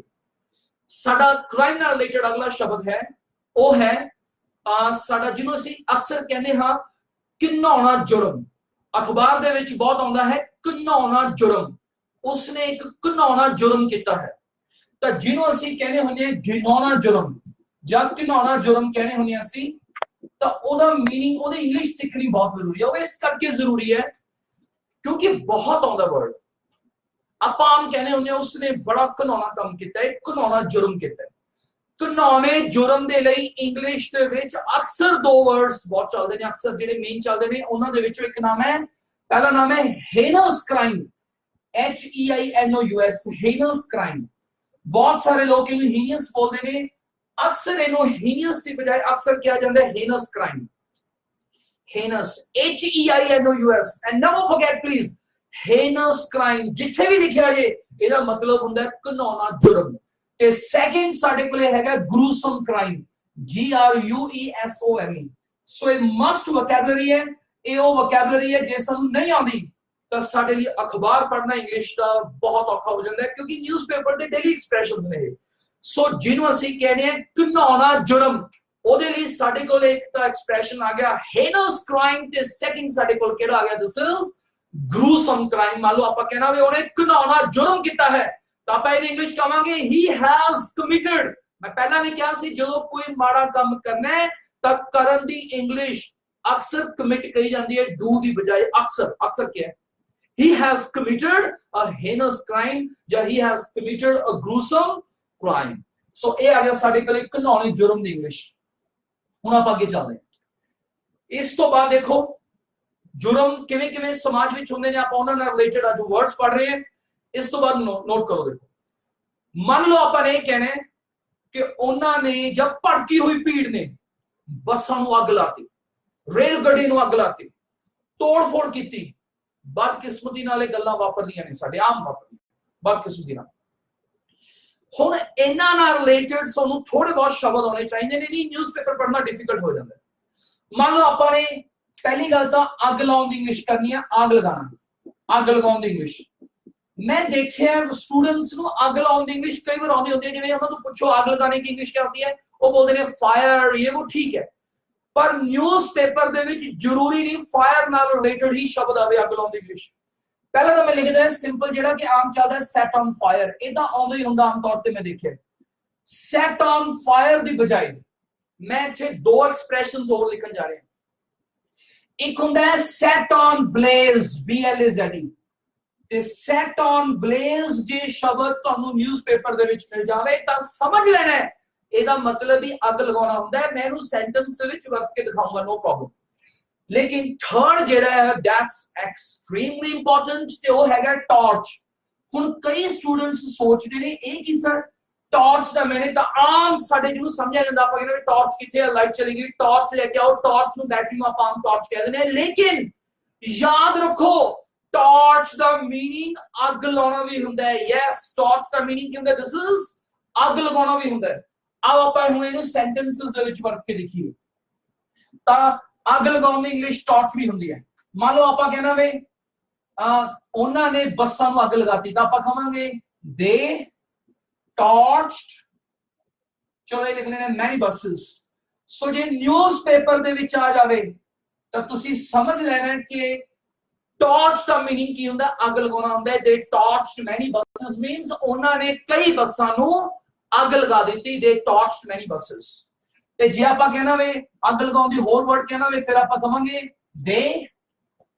ਦੇ ਸੈਟ ਮੈਨੀ buses, they set many buses on blaze, so set on blaze ਦਾ ਮਤਲਬ ਵੀ ਹੁੰਦਾ ਅੱਗ ਲਗਾ ਦੇਣਾ। ਅੱਗ ਕਿਹਨੂੰ ਲਗਾਈ ਹੈ, ਉਹ ਜਿਹੜਾ set ਤੇ on blaze ਦੇ ਵਿਚਕਾਰ ਆਊਗਾ ਉਹ ਸ਼ਬਦ they set many buses on blaze। ਇੱਥੇ ਚੀਜ਼ ਮੈਂ ਤੁਹਾਨੂੰ ਹੋਰ ਦੱਸਣਾ ਚਾਹੁੰਦਾ, ਜੇ ਉਹ ਨਾ ਦੱਸੀ ਤਾਂ ਤੁਹਾਨੂੰ ਹੋ ਸਕਦਾ ਹੈ ਨਿਊਜ਼ਪੇਪਰ ਪੜ੍ਹਨ ਚ ਪ੍ਰੋਬਲਮ ਆਵੇ। ਮੈਂ ਤੁਹਾਨੂੰ ਅੱਗ ਲਗਾਉਣ ਦੀ ਇੰਗਲਿਸ਼ ਇੱਕ ਤਾਂ ਕਰਵਾਈ ਹੈ set on fire, ਤੇ ਇੱਕ ਤੁਹਾਨੂੰ ਕਰਵਾਈ ਹੈ set on blaze। ਲੇਕਿਨ one thing to be noticed, ਸੁਣੋ ਬਹੁਤ ਸਾਰੇ ਸ਼ਬਦ ਹੈ ਜਿਹੜੇ ਹੁੰਦੇ ਨੇ ਉੱਥੇ on ਕੱਟ ਕੇ ਕਈ ਵਾਰ ਮੂਰੇ ਅ ਲੱਗ ਜਾਂਦਾ ਹੈ। set on fire ਨੂੰ ਤੁਸੀਂ ਡਾਇਰੈਕਟਲੀ ਇਹ ਵੀ ਕਹਿ ਸਕਦੇ ਹੋ set a fire। ਜੇ ਨਿਊਜ਼ਪੇਪਰ ਦੇ ਵਿੱਚ set a fire ਆ ਜਾਵੇ ਤਾਂ ਉਹੀ ਚੀਜ਼ ਹੈ set on fire ਨੂੰ ਅਸੀਂ ਕਈ ਵਾਰੀ ਸੈਟ ਅ ਫਾਇਰ ਕਹਿੰਦੇ ਨੇ। ਇਸੇ ਤਰ੍ਹਾਂ ਸੈਟ ਔਨ ਬਲੇਜ਼ ਨੂੰ ਨਿਊਜ਼ਪੇਪਰਸ ਦੇ ਵਿੱਚ ਅਕਸਰ ਲਿਖਿਆ ਹੁੰਦਾ ਹੈ ਸੈਟ ਅ ਬਲੇਜ਼। ਤਾਂ ਜੇ ਨਿਊਜ਼ਪੇਪਰ ਦੇ ਵਿੱਚ ਸੈਟ ਅ ਬਲੇਜ਼ ਆ ਜਾਵੇ, ਤੁਸੀਂ ਨਹੀਂ ਸੋਚਣਾ ਹੁਣ ਕਿੱਧਰ ਗਿਆ। ਸੈਟ ਅ ਬਲੇਜ਼ ਦਾ ਮਤਲਬ ਵੀ ਉਹੀ ਹੁੰਦਾ ਹੈ ਅੱਗ ਲਗਾ ਦੇਣਾ। ਹਿੰਦੀ ਚ ਅਸੀਂ ਅੱਗ ਲਗਾ ਦੇਣਾ ਕਹਿੰਦੇ ਨੇ। ਮੰਨ ਲਓ ਆਪਾਂ ਕਹਿੰਦੇ ਵੀ ਉਹਨਾਂ ਨੇ ਕਈ ਬੱਸਾਂ ਨੂੰ ਅੱਗ ਲਗਾਤੀ, they set many buses ablaze। ਤਾਂ ਆਪਾਂ ਨੇ ਸਿੱਖਿਆ set on fire ਨੂੰ set a fire ਕਹਿ ਸਕਦੇ ਹਾਂ, ਤੇ set on blaze ਨੂੰ ਅਸੀਂ ਕੀ ਕਹਿ ਸਕਦੇ ਹਾਂ, set ablaze ਕਹਿ ਸਕਦੇ ਹਾਂ। ਸੋ ਅੱਗ ਲਗਾਉਣ ਦੀ ਇੰਗਲਿਸ਼ ਆਪਾਂ ਨੇ ਸਿੱਖੀ, ਜੋ ਕਿ ਨਿਊਜ਼ਪੇਪਰ ਦੇ ਵਿੱਚ ਕਾਫੀ ਆਉਂਦੀ ਹੈ। ਹੁਣ ਆਪਾਂ ਪੜਨ ਜਾ ਰਹੇ ਹਾਂ ਅੱਗੇ। ਜਦੋਂ ਅੱਗ ਨੂੰ ਬੁਝਾਉਣਾ ਹੋਵੇ, ਬੁਝਾਉਣ ਦੇ ਲਈ ਅਕਸਰ ਦੋ ਵਰਡਸ ਨਿਊਜ਼ਪੇਪਰ ਦੇ ਵਿੱਚ ਤੁਹਾਨੂੰ ਮਿਲਣਗੇ। ਇੱਕ ਤਾਂ ਵਰਡ ਹੁੰਦਾ ਹੈ ਐਕਸਟਿੰਗੁਇਸ਼, ਥੋੜਾ ਲੰਬਾ ਜਿਹਾ ਜ਼ਰੂਰ ਹੈ ਲੇਕਿਨ ਕੰਮ ਬਹੁਤ ਆਉਂਦਾ ਹੈ। ਐਕਸਟਿੰਗੁਇਸ਼ ਵਰਡ ਵੀ ਮੈਂ ਦੇਖਦਾ ਕਈ ਵਾਰ ਪਤਾ ਹੁੰਦਾ ਹੈ, ਲੇਕਿਨ ਇੱਕ ਇਹੋ ਜਿਹਾ ਸ਼ਬਦ ਹੈ ਜੋ ਕਿ ਮੈਂ ਦੇਖਿਆ ਕਾਫੀ ਸਟੂਡੈਂਟਸ ਨੂੰ ਕਈ ਵਾਰ ਨਹੀਂ ਪਤਾ ਹੁੰਦਾ, and that creates a problem in reading the newspapers। ਤੇ ਉਹ ਵਰਡ ਹੈਗਾ ਡਾਊਜ਼। ਜੇ ਕਦੇ ਵੀ ਇਹ ਵਰਡ ਸੌਰੀ ਜੇ ਕਦੇ ਵੀ ਇਹ ਵਰਡ ਨਿਊਜ਼ਪੇਪਰ ਦੇ ਵਿੱਚ ਲੱਗਿਆ ਜੇ ਡਾਊਜ਼ DOUSE, ਤੁਸੀਂ ਯਾਦ ਰੱਖਣਾ ਹੈ ਡਾਊਜ਼ ਦਾ ਮਤਲਬ ਹੁੰਦਾ ਹੈ ਬੁਝਾਉਣਾ।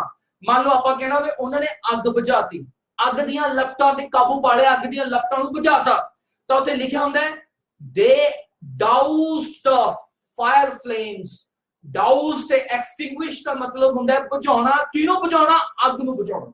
So never forget, I repeat it, extinguish the fire ਤੇ douse the fire ਦਾ ਮੀਨਿੰਗ ਬਣ ਗਿਆ ਅੱਗ ਨੂੰ ਬੁਝਾ ਦੇਣਾ। ਸੋ ਇਸ ਤੋਂ ਬਾਅਦ ਆਪਾਂ ਕੀ ਚੱਲਦੇ ਹਾਂ, ਦੇਖੋ ਹੁਣ ਆਪਾਂ ਕਰਨ ਜਾ ਰਹੇ ਹਾਂ ਤੋੜ ਫੋੜ ਕਰਨ ਦੀ ਇੰਗਲਿਸ਼। ਧਿਆਨ ਨਾਲ ਸੁਣਨਾ, ਤੋੜ ਫੋੜ ਕਰਨਾ। ਮੰਨ ਲਓ ਆਪਾਂ ਕਹਿਣਾ ਹੋਵੇ ਭੜਕੀ ਹੋਈ ਭੀੜ ਨੇ, ਖਬਰਾਂ ਆਉਂਦੀਆਂ ਨੇ ਬਹੁਤ ਜ਼ਿਆਦਾ, ਭੜਕੀ ਹੋਈ ਭੀੜ ਨੇ ਬੱਸਾਂ ਦੀ ਤੋੜ ਫੋੜ ਕੀਤੀ, ਗੱਡੀਆਂ ਦੀ ਤੋੜ ਫੋੜ ਕੀਤੀ, ਦੁਕਾਨਾਂ ਦੀ ਤੋੜ ਫੋੜ ਕੀਤੀ, ਜਨਤਕ ਸੰਪत्ति ਦੀ ਤੋੜ ਫੋੜ ਕੀਤੀ। ਜਿਹਨੂੰ ਅਸੀਂ ਕਹਿੰਦੇ ਆ ਤੋੜ ਫੋੜ ਕਰਨਾ, ਤੋੜ ਫੋੜ ਕਰਨਾ ਕਹਿੰਦੇ। ਹੁਣ ਤੋੜ ਫੋੜ ਕਰਨਾ ਜਿਵੇਂ ਆਪਾਂ ਪੰਜਾਬੀ ਚ ਲਿਖਦੇ ਨੇ ਤੋੜ ਫੋੜ ਕਰਨਾ, ਤੋੜ ਫੋੜ ਕਰਨਾ ਲਿਖਦੇ ਨੇ, ਤਾਂ ਇੰਗਲਿਸ਼ ਦੇ ਵਿੱਚ ਕੀ ਆਉਂਦਾ ਮੈਂ ਤੁਹਾਨੂੰ ਦੱਸਦਾ। ਜਿਹੜਾ ਮੇਨ ਵਰਡ ਚੱਲਦਾ ਹੈ ਤੋੜ ਫੋੜ ਕਰਨ ਦੇ ਲਈ, ਉਹ ਵਰਡ ਚੱਲਦਾ ਹੈ ਵੈਂਡਲਾਈਜ਼। ਵੈਂਡਲਾਈਜ਼ ਦਾ ਮਤਲਬ ਹੁੰਦਾ ਹੈ ਤੋੜ ਫੋੜ ਕਰਨਾ। ਨੈਵਰ ਫੋਰਗੇਟ, ਜੇ ਵਰਡ ਨਹੀਂ ਸਿੱਖਿਆ ਤਾਂ ਹੋ ਸਕਦਾ ਸਾਨੂੰ ਨਿਊਜ਼ ਪੜਨ ਦੇ ਵਿੱਚ ਪ੍ਰੋਬਲਮ ਆਵੇ।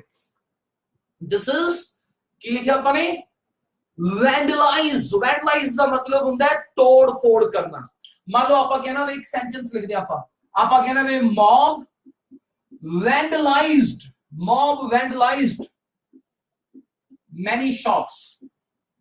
ਸੋ ਜੇ ਆ ਜੇ ਨਿਊਜ਼ ਮੌਬ ਵੈਂਡਲਾਈਜ਼ਡ ਮੈਨੀ ਸ਼ਾਪਸ, ਤਾਂ ਆਪਾਂ ਕੀ ਸਮਝਨੇ? ਪਹਿਲੀ ਗੱਲ ਤਾਂ ਇਹਦੇ ਵਿੱਚ ਇੱਕ ਨਵਾਂ ਵਰਡ ਆਇਆ ਮੌਬ। ਮੌਬ ਦਾ ਮਤਲਬ ਹੁੰਦਾ ਹੈ ਆਪਣੇ ਕੋਲੇ ਭੜਕੀ ਹੋਈ ਭੀੜ। ਮੈਨੂੰ ਪੰਜਾਬੀ ਚ ਲਿਖਦੇ ਨੇ ਭੜਕੀ ਹੋਈ ਭੀੜ, ਉਗਰ ਹੋਈ, ਜਿਹੜੀ ਜਿਹਨੂੰ ਆਪਾਂ ਕਰਾਊਡ ਕਹਿੰਦੇ ਨੇ, ਉਗਰ ਹੋਈ ਭੜਕੀ ਹੋਈ ਜਿਹੜੀ ਭੀੜ ਹੁੰਦੀ ਹੈ ਉਹਨੂੰ ਇੰਗਲਿਸ਼ ਦੇ ਵਿੱਚ ਅਕਸਰ ਕਿਹਾ ਜਾਂਦਾ ਮੌਬ। ਤਾਂ ਮੌਬ ਵੈਂਡਲਾਈਜ਼ਡ ਮੈਨੀ ਸ਼ਾਪਸ ਦਾ ਮਤਲਬ ਕੀ ਆ ਗਿਆ, ਭੜਕੀ ਹੋਈ ਭੀੜ ਨੇ ਕਈ ਦੁਕਾਨਾਂ ਦੀ ਤੋੜ ਫੋੜ ਕੀਤੀ। ਤਾਂ ਤੋੜ ਫੋੜ ਦੇ ਲਈ ਸਾਡੇ ਕੋਲੇ ਸ਼ਬਦ ਕਿਹੜਾ ਆਇਆ, ਦਿਸ ਇਜ਼ ਵੈਂਡਲਾਈਜ਼। ਤੋੜ ਫੋੜ ਕਰਨ ਦੀ ਇੰਗਲਿਸ਼ ਕੀ ਆ ਗਈ ਆਪਣੇ ਕੋਲੇ, ਦਿਸ ਇਜ਼ ਵੈਂਡਲਾਈਜ਼। ਅੱਛਾ ਇੱਥੇ ਮੈਂ ਇੱਕ ਚੀਜ਼ ਹੋਰ ਦੱਸ ਦੇਵਾਂ ਜੋ ਕਿ ਨਿਊਜ਼ਪੇਪਰ ਚ ਬਹੁਤ ਆਉਂਦਾ ਵਰਡ। ਜਿਵੇਂ ਅਸੀਂ ਲਿਖਿਆ ਸੀਗਾ ਮੌਬ, ਉੱਥੇ ਇੱਕ ਸ਼ਬਦ ਇਹ ਵੀ ਤੁਹਾਨੂੰ ਮਿਲੇਗਾ ਅਕਸਰ ਆਈਰੇਟ ਪੀਪਲ। ਆਈਰੇਟ, ਆਈਰੇਟ ਸ਼ਬਦ ਬਹੁਤ ਮਿਲੇਗਾ, ਆਈਰੇਟ, ਆਈਰੇਟ। ਜੇ ਆ ਜਾਵੇ ਤਾਂ ਆਪਾਂ ਕੀ ਸਮਝਣਾ ਹੈ, ਆਈਰੇਟ ਪੀਪਲ, ਆਈਰੇਟ EMPLOYEES, ਆਈਰੇਟ ਕੁਝ ਵੀ ਹੋ ਸਕਦਾ। ਆਈਰੇਟ ਦਾ ਮਤਲਬ ਹੁੰਦਾ ਹੈ ਗੁੱਸੇ ਨਾਲ ਭਰੇ ਹੋਏ, ਗੁੱਸੈਲੇ ਕਹਿੰਦੇ ਨੇ, ਪੰਜਾਬੀ ਚ ਲਿਖਦੇ ਨੇ ਤੇ ਗੁੱਸੈਲੇ। ਜਿਹੜੇ ਗੁੱਸੇ ਨਾਲ ਭਰੇ ਹੋਏ ਲੋਕ ਹੁੰਦੇ ਨੇ ਉਹਨਾਂ ਨੂੰ ਕਿਹਾ ਜਾਂਦਾ ਹੈ irate people। क्यों ना आप एक सेंटेंस बना के देखिए, हुने मैं एक सेंटेंस बनाया सी, तो मोही लिखदा ने irate people, गुस्से नाल भरे हुए लोकां ने की करता, torch the bus। तो मैं तुहानू समझा के हटिया हुने कि torch का मतलब अग लाना भी हुंदा है। torch मींस की हुंदा अग लाना। तो गुस्सैले लोकां ने बस नू अग लगा दी। ये वर्ड तुहानू अक्सर मिलणगे, गुस्सैले लोकां ने बस नू अग लगा दी। irate people torch the bus। आओ आप हम आगे चलिए। अगे चलन तो पहले मैं फिर दस देवां, ये अखबार साडा ब्रिल्स एक्सप्रेस है अपना अखबार, ते ये जिहड़ा न्यूज़पेपर है इसकी खासियत यह है कि हरेक खबर दे नाल छपदी है उसकी हिंदी ट्रांसलेशन, अते उस ट्रांसलेशन दे नीचे डिफिकल्ट वर्ड्स दे मीनिंग्स भी दिते जांदे ने ताकि सानू पढ़न दे विच कोई भी औखाई ना होवे ते इंग्लिश दा जेडे स्टूडेंट्स कोई भी लोग एक न्यूज़पेपर पढ़ना सीखना चाहते हैं जिन्हां दा सुपना है एक अखबार पढ़ना इंग्लिश दा तां ओ ये अखबार लगवा सकते हैं इनू पढ़ सकते हैं ते ये अखबार तुहाडे लई बहुत फायदेमंद होवेगा this newspaper will be very helpful for you ते हुण इस तो बाद आपां वधदे हां अपने अगले वर्ड वल जो कि अखबारां विच अक्सर आउंदा है क्राइम नाल रिलेटेड पढ़ रहे हैं क्राइम किहो जिहा साडे समाज विच हुंदा है अगला वर्ड सुनो मान लो जो कि साडियां रोज़ ਦੀਆਂ खबरां ने लगभग आपा कहना होवे पुलिस ने भुक्की दियां बोरियां फड़ लियां हुण भुक्की दियां बोरियां दी इंग्लिश की हुंदी है याद रखना है जिन्हों असीं अक्सर कहने हुंदे हैं भुक्की दियां बोरियां तो ओनू इंग्लिश दे विच की किया जांदा है इहनू ध्यान नाल सुनना है पहली गल तो इहनू इंग्लिश दे विच अक्सर लिखा जांदा है sacks of poppy husk poppy husk अक्सर शब्द भुक्की लिए यूज किया जाता है सैक शब्द बोरी या बोरे लिए आम तौर पर यूज किया जाता है सो जदों भी न्यूज़पेपर च आ जावे दिख जावे सैक्स ऑफ पॉपी हस्क तो तुसी समझ लेना है ਇਹਦਾ मतलब ਹੁੰਦਾ है भुक्की दियां बोरियां सो सैक्स ऑफ पॉपी हस्क मींस भुक्की दियां बोरियां ਤਾਂ ਇਸ ਤੋਂ ਬਾਅਦ ਆਪਾਂ ਅੱਗੇ ਚੱਲਣ ਜਾ ਰਹੇ ਹਾਂ ਮੈਂ ਇੱਕ ਚੀਜ਼ ਹੋਰ ਦੱਸ ਦੇਵਾਂ ਕਿਤੇ ਤੁਹਾਨੂੰ ਭੁਲੇਖਾ ਨਾ ਪੈ ਜਾਵੇ ਸੈਕ ਮੈਨੇ ਇੱਕ ਤਾਂ ਬੋਰੀ ਦਾ ਬੋਰਾ ਆ ਗਿਆ ਆਪਣੇ ਕੋਲੇ लेकिन इंग्लिश ਦੇ ਵਿੱਚ ਜਿਹੜਾ ਸੈਕ ਸ਼ਬਦ ਹੈ ਇਹਦਾ मतलब नौकरी तो ਕੱਢਣਾ ਵੀ ਹੁੰਦਾ ਹੈ किसी को नौकरी से हटाना कहते हैं ਅਸੀਂ ਹਿੰਦੀ ਦੇ ਵਿੱਚ ਜੇ ਸੈਕ ਵਰਡ ਆ ਜਾਵੇ ਮੰਨ ਲਓ ਆਪਾਂ ਕਹਿਣਾ ਵੇ he was sacked from the job it means ਉਹਨੂੰ ਨੌਕਰੀ ਚੋਂ ਕੱਢਿਆ ਗਿਆ सो ये भी वर्ड बहुत आंदा है लेकिन आपा एक बार लिखा है sacks of poppy husk means भुक्की दियां बोरियां हुण आप आगे चलदे हैं हुण अपना जेड़ा अगला शब्द है भुक्की दियां बोरियां तो बाद वो है जिन्हों ਅਸੀਂ पंजाबी दे विच कहने हैं जिन्हों ਅਸੀਂ पंजाबी दे विच कहने हैं कोई भी चीज में जब्त करना हुण जब्त करन इंग्लिश की हुंदी है मैं लिखण जा रहा मैं इहनू हिंदी च भी लिख देना चलो जब्त करना ते पंजाबी च आपां समझदे हैं जब्त करना हुण जदों भी जब्त करने इंग्लिश आऊगी न्यूज़पेपर दे विच तां दो वर्ड्स सानू अक्सर देखण नूं मिलणगे उन्हां जो पहला वर्ड है seize SEIZE this is almost a daily word दूसरा वर्ड जेड़ा कि अक्सर न्यूज़पेपर दे विच आउंदा है ते ओ वर्ड है कॉन्फिस्केट यस कॉन्फिस्केट वर्ड जे आपां ना पढ़िया तां हो सकदा सानू न्यूज़पेपर पढ़न च प्रॉब्लम आवे क्यों this is very popular word confiscate दा मतलब हुंदा है जब्त कर लेना मान लो आपा कहना वे कि पुलिस ने कई भुक्की दी बोरियां नु जब्त कर लिया है तो आपा कहांगे पुलिस हैव सीज्ड या confiscated police have confiscated many sacks of poppy husk police have confiscated many sacks of poppy husk सो आपा बोलना नहीं सैक्स मतलब बोरियां पॉपी हस्क मेरी भुक्की ते जब्त करन दे भी दो वर्ड्स केड़े आ गए साडे कोल एक तां सीज ते एक दूसरा केड़ा आ गया कॉन्फिस्केट आओ आपा एक और चीज पढ़ी इथे very important again I am gonna rub this इनू आपा रब कर देने हुण जब्त करन दे लई एक शब्द होर मैं दस्सण जा रहा जो कि साडे बहुत सारे लोकां द्वारा गलत बोलिया जांदा है ते ओ वर्ड है इंपाउंड IMPOUND इंपाउंड का मतलब ही होता है जब्त करना लेकिन ये वर्ड मैं पहला नहीं लिखा हूं क्यों लिखा क्योंकि अक्सर ये वर्ड व्हीकल के लिए चल रहा है किसी चीज को जब्त कर लेना खास तौर पर व्हीकल के लिए चलता वर्ड मान लो आप कहना हो देखो बहुत सारे लोग कई बार गलत बोल देंगे मान लो कहते हैं कि ट्रैफिक पुलिस वाले ने मेरा व्हीकल बाउंड कर लिया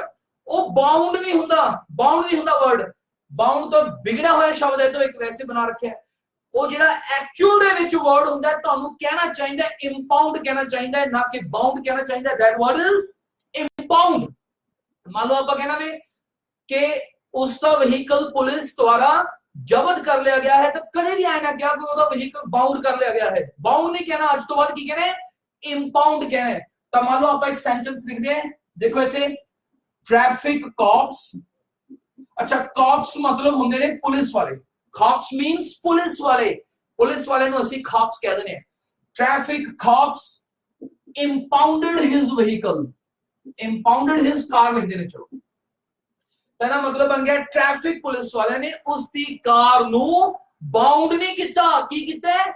इंपाउंड किया है। यस, इंपाउंड किया है। इंपाउंड का मतलब की होता है? जब्त करना होता है। सो याद रखने, दिस इज एक्सट्रीमली इंपॉर्टेंट, बहुत ज्यादा इंपॉर्टेंट चीज है जिन्हों आप सीख रहे हैं। उस तो बाद आओ आप आगे चलिए। हम आप करन जा रहे हैं इंग्लिश नकली दी इंग्लिश। नकली आम तौर पर नकली दी इंग्लिश स्टूडेंट्स को आनी होती है फेक। सही भी है, सिर्फ फेक वर्ड सुनो आंदा है कि तुसी न्यूज़पेपर पढ़ोगे हो सकता है तुहानू बहुत सारी चीजें ना समझ आउण, क्योंकि सिर्फ सानू नकली दी इंग्लिश फेक आउंदी है, होर कोई आउंदा नहीं, तो फिर हो सकता है सानू बहुत सारी चीजें ना समझ आउण। हुण मैं दसदा नकली दी इंग्लिश फेक तो बिना होर किहड़ियां-किहड़ियां चलदियां ने अखबारां दे विच। एक शब्द है जो कि अक्सर सानू करंसी दे अगे लग्या मिलेगा। मान लो आप कहने पुलिस ने नकली करंसी फड़ ली है, नकली करंसी, फेक करंसी भी आउंदा वर्ड नो डाउट, पर कई बारी नकली करंसी दी इंग्लिश अखबारां दे विच लिखी हुंदी है काउंटरफीट करंसी। सो जे कदे ये वर्ड न्यूज़पेपर दे विच आ जावे काउंटरफीट करंसी, काउंटरफीट करंसी, तो यू शुड अंडरस्टैंड, तुहानू समझ लेना चाहिए सानू कि एदा मतलब हुंदा है नकली करंसी, जाली करंसी। तो जिन्हों असीं जाली या नकली कहने हैं, जरूरी नहीं फेक वर्ड ही सारे किते आवे, कुछ होर वर्ड्स भी चलदे ने, उन्हां दी नॉलेज ना होने का मतलब सानू बहुत सारी चीजें इसे करके समझ नहीं आउंदियां न्यूज़पेपर्स दे विच। पर तुसी आज एक नवी चीज सीखी, याद कर लेना बहुत सारे स्टूडेंट्स ने कि काउंटरफीट करंसी का मीनिंग की हो गया नकली करंसी या जाली करंसी। ये वर्ड अक्सर की जगह लिखा जाता है करंसी दे अगे। आओ अपन नकली दे लिए होर वर्ड पढ़िए। हम ਜਦੋਂ ਤੁਸੀਂ न्यूज़पेपर पढ़ोगे नकली दे ਲਈ ਇੱਕ वर्ड ਉੱਥੇ ਹੋਰ ਚੱਲਦਾ ਹੈ, and the word is spurious। जे कदे भी वर्ड सुनो न्यूज़पेपर च मिल जावे स्पूरियस, जिवें अक्सर लिखा होंदा स्पूरियस लिक्विड, LIQUOR, लिक्विड मैंने होंदा शराब, लिक्विड, तब तुसी समझ लेना है स्पूरियस लिक्विड का मतलब हो गया नकली शराब। आप कहना भी ਉਹਦੇ ਕੋਲੋਂ नकली बीज बरामद किए गए ने, स्पूरियस सीड्स आम लिखा होंदा है, स्पूरियस लिक्विड जे कदे भी वर्ड आ जावे तो आप समझ लवांगे कि स्पूरियस लिक्विड का मीनिंग क्या गया नकली शराब हुंदा है। तो स्पूरियस आपने सीखा वर्ड बहुत आम चलता है, नकली दी थां ते जे सिर्फ फेक वर्ड आउंदा तो हो सकदा सानू ना समझ आवे। आप दो वर्ड्स और केड़े-केड़े सीखे ने नकली दे लई, एक तो काउंटरफीट वर्ड जो कि अक्सर कादे अगे लगदा है आम तौर पे करंसी दे अगे, ते दूसरा वर्ड केड़ा सीखा आपने स्पूरियस। आप कहने में स्पूरियस लिक्विड बरामद की गई। अच्छा जे बरामद करना इंग्लिश है वो आम तौर पे होनी होंदी है रिकवर। रिकवर मींस की होंदा है बरामद करना होंदा है, रिकवर मींस बरामद करना। हुण मैं अगला शब्द तुहानू दस्सण जा रहा हूं, अगेन वेरी इंपॉर्टेंट। ਜਦੋਂ ਅਸੀਂ अखबार पढ़ते हैं तो ਉੱਥੇ शब्द आउंदे ने, पहला मैं तुहानू पंजाबी च दस दा मीनिंग की है। पंजाबी च ਅਸੀਂ ਇੱਕ शब्द कहने ने सूह, जिवें आप कहने पुलिस नू सूह मिली सी, ਇਹਦੀ सूह मिलन ते पुलिस ने तुरंत एक्शन लेता, सूह मिलन ते पुलिस ने एक तगड़ी कार्रवाई की, सूह मिलन ते पुलिस उत्थे पहुंच गई। जिन्हों पंजाबी च सूह कहने हैं, हिंदी च आम तौर ते आप गुप्त सूचना कह देने हैं। तो सूह की जिहड़ी इंग्लिश है ਉਹਨੂੰ अक्सर याद रखना, इंग्लिश ਦੇ ਵਿੱਚ ਕਿਹਾ ਜਾਂਦਾ टिप ऑफ, इंग्लिश ਹੁੰਦੀ ਹੈ टिप ऑफ। ਜੇ ਕਦੇ ਵੀ ਇਹ वर्ड आ जावे ਤਾਂ ਇਹਨੂੰ हिंदी ਦੇ ਵਿੱਚ ਅਸੀਂ गुप्त सूचना कह ਦਿੰਦੇ ਆ, पंजाबी ਦੇ ਵਿੱਚ ਅਸੀਂ ਨੂੰ सूह कह ਦਿੰਦੇ ਆ। मान लो आप कहना भी पुलिस ਨੂੰ ना सूह मिली सी, तो ਉਹਦੀ इंग्लिश की बन जाएगी police had got a tip off, police had got a tip off। तो जे कदे भी न्यूज़पेपर च लाइन लगी आ जाए कि police had got a tip off, तो ਇਹਦਾ मतलब हो गया पुलिस ਨੂੰ एक गुप्त सूचना मिली सी, पुलिस ਨੂੰ सूह मिली सी, पुलिस ਨੂੰ सूह मिली सी ਜਾਂ पुलिस ਨੂੰ एक गुप्त सूचना मिली सी। अच्छा एक चीज ਉੱਥੇ ਹੋਰ ਦੱਸ ਦੇਵਾਂ, मान लो ਆਪਾਂ ਇਹ ਕਹਿਣਾ ਹੋਵੇ ਕਿ ਗੁਪਤ सूचना मिलन ਤੇ सूह मिलन ਤੇ पुलिस ने एक तकड़ी कार्रवाई की। ਹੁਣ ਮੈਂ ਇੱਥੇ ਇੱਕ ਚੀਜ਼ ਤੁਹਾਨੂੰ ਹੋਰ ਦੱਸਦਾ, ਜਿਹਨੂੰ ਅਸੀਂ ਕਹਿੰਦੇ ਆ ਤਕੜੀ कार्रवाई, कार्रवाई ਦੀ ਇੰਗਲਿਸ਼ ਦੀ ਐਕਸ਼ਨ। ਹੁਣ 99% ਜਦੋਂ ਤੁਸੀਂ खुद भी लिखना होवे आम तौर पे कहना प्लीज, आम तौर पे हरेक नहीं बहुत सारे ने इंग्लिश बहुत अच्छी होती है।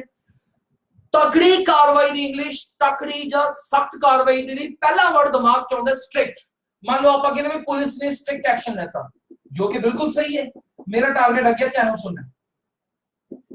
जे सानू तकड़ी कार्रवाई दी इंग्लिश सिर्फ स्ट्रिक्ट एक्शन आउंदी है, कोई होर नहीं आउंदा, तां हो सकदा है सानू न्यूज़पेपर दे विच इक गल होर ना समझ आवे ते ओ हुंदा अपने कोले स्टर्न एक्शन। यस, स्टर्न शब्द सुननु एक्शन दे अगे अखबारां च अक्सर लग्या मिलेगा ते तुसी खुद भी इनु लाइफ च यूज कर सकदे हो। जिन्हों असी तकड़ी कार्रवाई कहने, असी सख्त कार्रवाई कहने हैं, ओनू इंग्लिश दे विच असी कह सकते हैं स्ट्रिक्ट एक्शन तो ठीक हैगी हैगा, ओनू आपां कह सकते हैं स्टर्न एक्शन। मान लो आपां कहना भी पुलिस ने स्टर्न एक्शन लेता, स्टर्न एक्शन मींस तकड़ी कार्रवाई की पुलिस ने। आओ पे इसको आगे चलिए हम। सो स्टर्न एक्शन मींस तकड़ी कार्रवाई। आओ हुण आपां नेक्स्ट वर्ड दे ऊपर वधिए।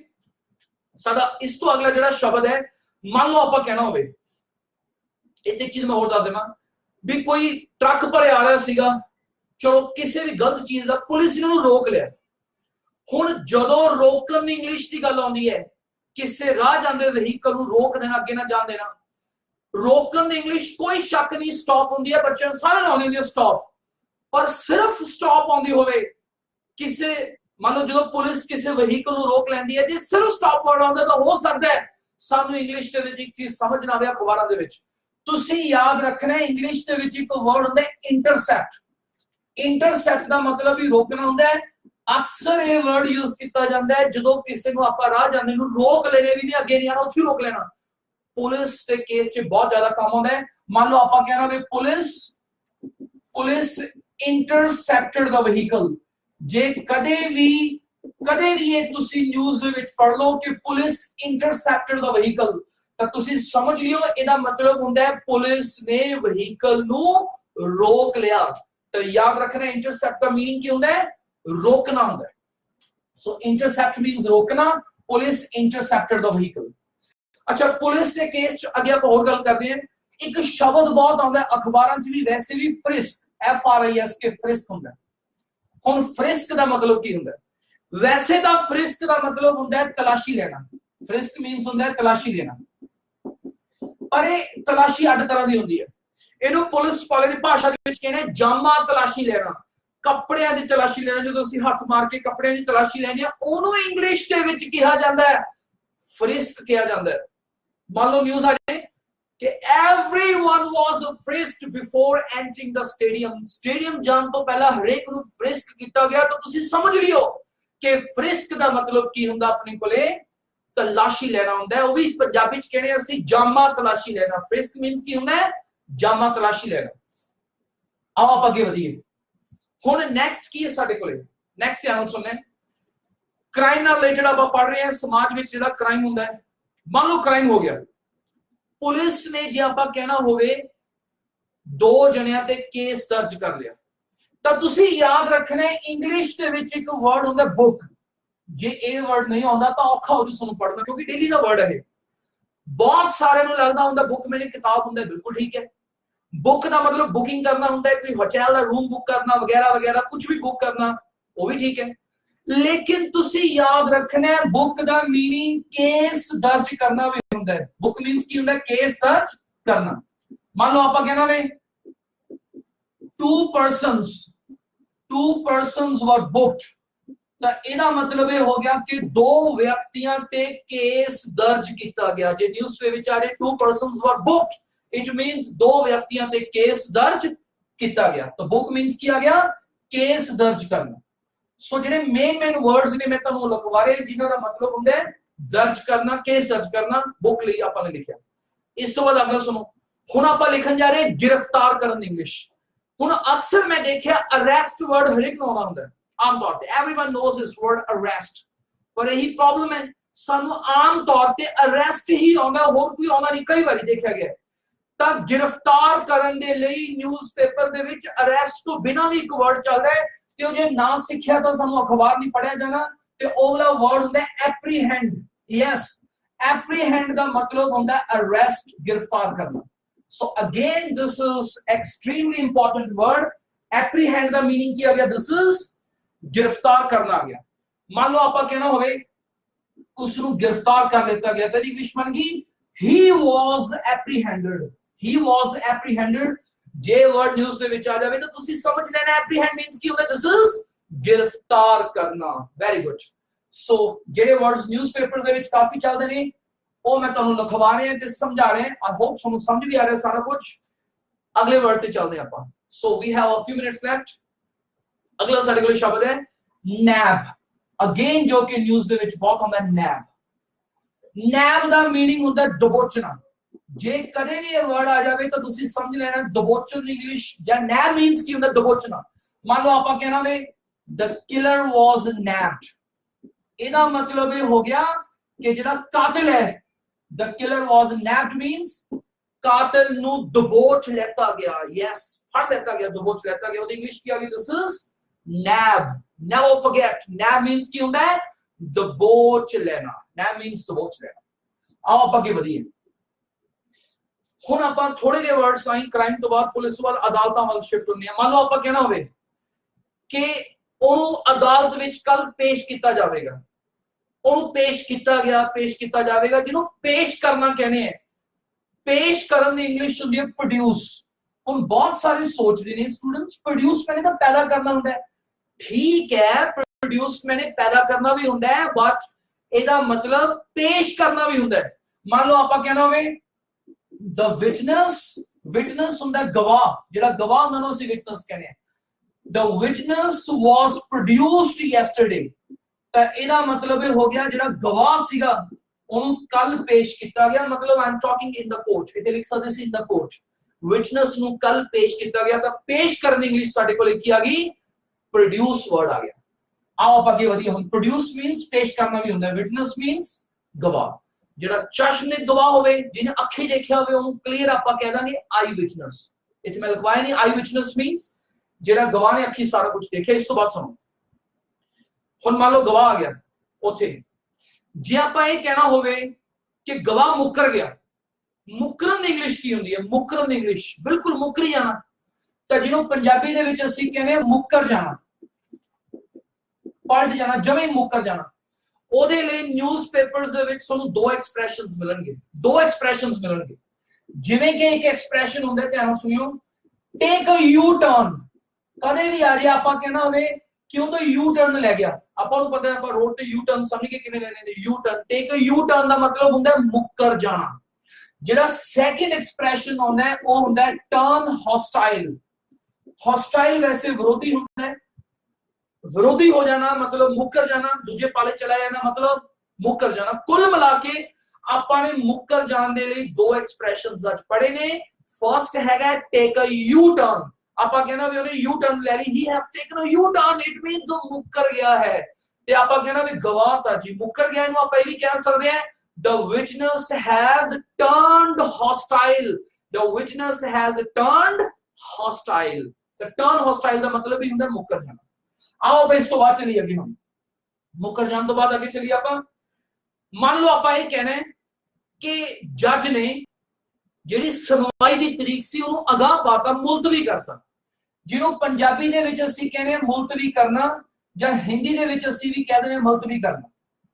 ਹੁਣ ਇੰਗਲਿਸ਼ ਦੇ ਵਿੱਚ ਇਹਦੇ ਨਾਲ ਰਿਲੇਟਡ ਤਿੰਨ ਚਾਰ ਵਰਡਸ ਬਹੁਤ ਚੱਲਦੇ ਨੇ, ਬਹੁਤ ਇੰਪੋਰਟੈਂਟ ਹੈ ਉਹ। ਮੈਂ ਚਾਰੋਂ ਵਰਡਸ ਲਿਖਦਾ, ਉਹਨਾਂ ਚੋਂ ਇੱਕ ਦੋ ਐਸੇ ਵਰਡਸ ਨੇ ਜਿਨ੍ਹਾਂ ਦਾ ਪ੍ਰੋਨੰਸੀਏਸ਼ਨ ਅਕਸਰ ਗਲਤ ਲਿਖਿਆ ਜਾਂਦਾ, ਅਕਸਰ ਗਲਤ ਬੋਲਿਆ ਜਾਂਦਾ, ਕੀਤਾ ਜਾਂਦਾ। ਆਓ ਆਪਾਂ ਲਿਖੀਏ। ਪਹਿਲਾ ਵਰਡ ਉਹਦੇ ਵਿੱਚੋਂ ਹੈਗਾ ADJOURN।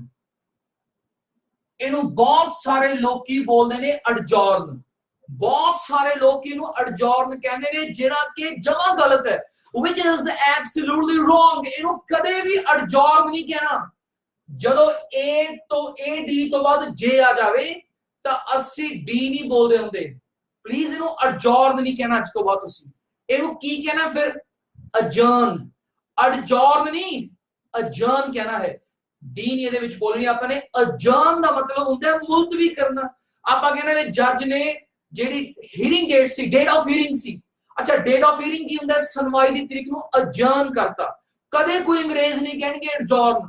ਸਾਡੇ ਦੇਸ਼ 'ਚ ਬਹੁਤ ਸਾਰੇ ਲੋਕ ਇਹਨੂੰ ਅਡਜੌਰਨ ਕਹਿ ਦਿੰਦੇ ਨੇ, ਜੋ ਕਿ ਗਲਤ ਹੈ। ਅੱਛਾ ਅਗਲਾ ਵਰਡ ਹੈ ਸਾਡੇ ਕੋਲੇ ਅਜਰਨ ਤੋਂ ਬਾਅਦ POST, ਇਹਨੂੰ ਵੀ ਮੈਂ ਦੇਖਿਆ ਬਹੁਤ ਸਾਰੇ ਲੋਕੀ ਗਲਤ ਬੋਲਦੇ ਨੇ। ਬਹੁਤ ਸਾਰੇ, ਸਾਰੇ ਨਹੀਂ ਬਹੁਤ ਸਾਰੇ। ਇਹਨੂੰ ਬਹੁਤ ਸਾਰੇ ਲੋਕੀ ਕਹਿੰਦੇ ਨੇ ਪੋਸਟਪੋਨ। ਰੋਂਗ, ਕਦੇ ਵੀ ਨਹੀਂ ਕਹਿਣਾ ਪੋਸਟਪੋਨ। ਨਾ ਨਾ ਨਾ ਨਾ, ਇਹ ਚ ਟੀ ਨਹੀਂ ਬੋਲਦੇ, ਨਾ ਇਹ ਆਈ ਨਹੀਂ ਹੈਗਾ ਪੋਸਟ। ਫਿਰ ਇਹਦਾ ਸਹੀ ਐਕਸ਼ਨ, ਸਹੀ टी नहीं बोलना, पॉन इकट्ठा बोलना है postpone। आप कहना वे उन्होंने मीटिंग postpone कर दी, they have postponed the meeting will be postponed। साडे कई लोग आम तौर पे बोलते ने postpone, तुसी आज तो बाद प्लीज इन्हें postpone नहीं कहना, की कहोगे postpone कहना है। postpone का मतलब की हुंदा है मुलतवी कर देना, अगां पा देना। इस तो बाद साडे कोले नेक्स्ट वर्ड है DEFER, this is defer। defer ਦਾ मतलब भी ਹੁੰਦਾ है मुलतवी कर देना। एग्जांपल ਆਪਾਂ ਬਾਅਦ ਚ ਲੈਣੇ, defer ਦਾ मतलब भी ਕੀ ਹੁੰਦਾ है मुलतवी कर देना। ਤੇ ਲਾਸਟ ਸਾਡੇ ਕੋਲੇ वर्ड है put off। ਜੇ ਕਦੇ ਵੀ ਇਹਨਾਂ ਚਾਰਾਂ ਦੇ ਵਿੱਚੋਂ ਕੋਈ वर्ड ਆ ਜਾਵੇ ਤਾਂ ਤੁਸੀਂ ਸਮਝ ਲੈਣਾ ਇਹਨਾਂ ਦਾ मतलब ਹੁੰਦਾ है ਕਿਸੇ ਚੀਜ਼ ਨੂੰ ਅਗਾਹ ਪਾ ਦੇਣਾ, ਮੁਲਤਵੀ ਕਰ ਦੇਣਾ। ਆ ਆਪਾਂ ਇੱਕ ਸੈਂਟੈਂਸ ਤੇ ਹੁਣ ਐਂਡ ਕਰੀਏ। ਮੰਨ ਲਓ ਆਪਾਂ ਕਹਿਣਾ ਹੋਵੇ ਕਿ ਜੱਜ ਨੇ ਜਿਹੜੀ ਸੁਣਵਾਈ ਦੀ ਤਰੀਕਾ ਨੂੰ ਮੁਲਤਵੀ ਕਰ ਦਿੱਤਾ, ਤਾਂ ਆਪਾਂ ਕਹਾਂਗੇ the judge adjourned। ਤੁਸੀਂ ਨੂੰ adjourned ਨਹੀਂ ਕਹਿਣਾ, adjourned ਕਹਿਣਾ। the judge adjourned the date of hearing। ਤੇ date of hearing ਨੂੰ ਆਪਾਂ ਅਕਸਰ ਕਹਿ ਦਿੰਦੇ ਆ, ਕੀ ਕਹਿੰਦੇ ਨੇ, this is ਸੁਣਵਾਈ ਦੀ ਤਰੀਕ। ਜਿੱਥੇ ਮੈਂ adjourned ਲਿਖਿਆ ਉੱਥੇ ਮੈਂ ਇਹ ਵੀ ਕਹਿ ਸਕਦਾ ਸੀ the judge postponed second form ਦੇ ਵਿੱਚ। postponed ਨਹੀਂ ਕਹਿਣਾ, postponed ਕਹਿਣਾ। ਉੱਥੇ ਮੈਂ ਇਹ ਵੀ ਕਹਿ ਸਕਦਾ ਸੀ deferred, ਤੇ ਉੱਥੇ ਮੈਂ ਇਹ ਵੀ ਕਹਿ ਸਕਦਾ ਸੀਗਾ put off। ਤੇ put off ਦੀ ਸੈਕਿੰਡ ਫਾਰਮ ਤੇ ਥਰਡ ਫਾਰਮ ਵੀ ਉਹੀ ਹੁੰਦੀ ਹੈ put off। ਸੋ ਇੱਥੇ ਆਪਾਂ ਅੱਜ ਕਿਤਾ ਕਿ ਮੁਲਤਵੀ ਕਰਨ ਦੇ ਲਈ adjourn word ਆ ਗਿਆ, postpone word ਆ ਗਿਆ, defer word ਆ ਗਿਆ ਤੇ put off word ਆ ਗਿਆ। ਤਾਂ ਅੱਜ ਆਪਾਂ ਕਾਫੀ ਚੀਜ਼ਾਂ ਇਹਦੇ ਨਾਲ ਰਿਲੇਟਡ ਪੜ੍ਹੀਆਂ। ਤੇ ਮੈਂ ਇੱਥੇ ਫੇਰ ਦੱਸ ਦੇਣਾ ਚਾਹੁੰਦਾ ਹਾਂ ਕਿ ਇਹ ਜਿਹੜਾ ਆਪਣਾ ਪ੍ਰੋਗਰਾਮ ਹੈ ਇਹ ਬ੍ਰਿਲਸ ਐਕਸਪ੍ਰੈਸ ਨਿਊਜ਼ਪੇਪਰ ਦੁਆਰਾ ਖਾਸ ਤੌਰ ਤੇ ਤੁਹਾਡੇ ਤੱਕ ਪੇਸ਼ ਕੀਤਾ ਜਾ ਰਿਹਾ ਹੈ। ਬ੍ਰਿਲਸ ਐਕਸਪ੍ਰੈਸ ਨਿਊਜ਼ਪੇਪਰ ਦੁਨੀਆ ਦਾ ਇਕੱਲਾ ਐਸਾ ਨਿਊਜ਼ਪੇਪਰ ਹੈ ਜਿਸ ਵਿੱਚ ਛਪਦੀ ਹੈ ਹਰੇਕ ਹਿੰਦੀ, ਹਰੇਕ ਇੰਗਲਿਸ਼ ਦੀ ਖਬਰ ਦੇ ਨਾਲ ਉਸਦੀ ਹਿੰਦੀ ਟ੍ਰਾਂਸਲੇਸ਼ਨ। ਤਾਂ ਜਿਹੜੇ ਸਟੂਡੈਂਟਸ, ਜਿਹੜੇ ਲੋਕ ਇੰਗਲਿਸ਼ ਦਾ ਨਿਊਜ਼ਪੇਪਰ ਪੜ੍ਹਨਾ ਸਿੱਖਣਾ ਚਾਹੁੰਦੇ ਹਨ, ਉਹਨਾਂ ਦੇ ਲਈ ਇਹ ਇੱਕ ਵਰਦਾਨ ਸਾਬਤ ਹੋਵੇਗਾ, ਕਿਉਂਕਿ ਇਹਦੇ ਵਿੱਚ ਹਰੇਕ ਖਬਰ ਦੇ ਨਾਲ ਉਸਦੀ ਟ੍ਰਾਂਸਲੇਸ਼ਨ ਛਪਦੀ ਹੈ। ਇੰਨਾ ਹੀ ਨਹੀਂ, ਉਹਦੇ ਵਿੱਚ ਨੀਚੇ ਉਸਦੇ ਡਿਫਿਕਲਟ ਵਰਡਸ ਦੇ ਮੀਨਿੰਗ ਵੀ ਦਿੱਤੇ ਜਾਂਦੇ ਨੇ। ਤਾਂ ਆਈ ਹੋਪ ਤੁਹਾਨੂੰ ਇਹ ਸਮਝ ਆਇਆ ਹੋਵੇਗਾ ਕਿ ਅੱਜ ਜਿੰਨਾ ਆਪਾਂ ਕ੍ਰਾਈਮ ਨਾਲ ਰਿਲੇਟਡ ਵੋਕੈਬਲਰੀ ਸਾਰਾ ਕੁਝ ਪੜਿਆ, this is very helpful, this will be very helpful I suppose, this is very useful for you। ਤੁਹਾਡੇ ਲਈ ਬਹੁਤ ਜ਼ਿਆਦਾ ਯੂਸਫੁਲ ਚੀਜ਼ਾਂ ਨੇ ਇਹ। ਤੇ ਆਈ ਹੋਪ ਤੁਹਾਨੂੰ ਸਾਰਾ ਕੁਝ ਸਮਝ ਆਇਆ ਹੋਵੇਗਾ ਅੱਜ। ਤੇ ਆਪਾਂ ਕੱਲ ਮਿਲਦੇ ਹਾਂ ਇਸੇ time 7:30 to 8:30 and thank you very much।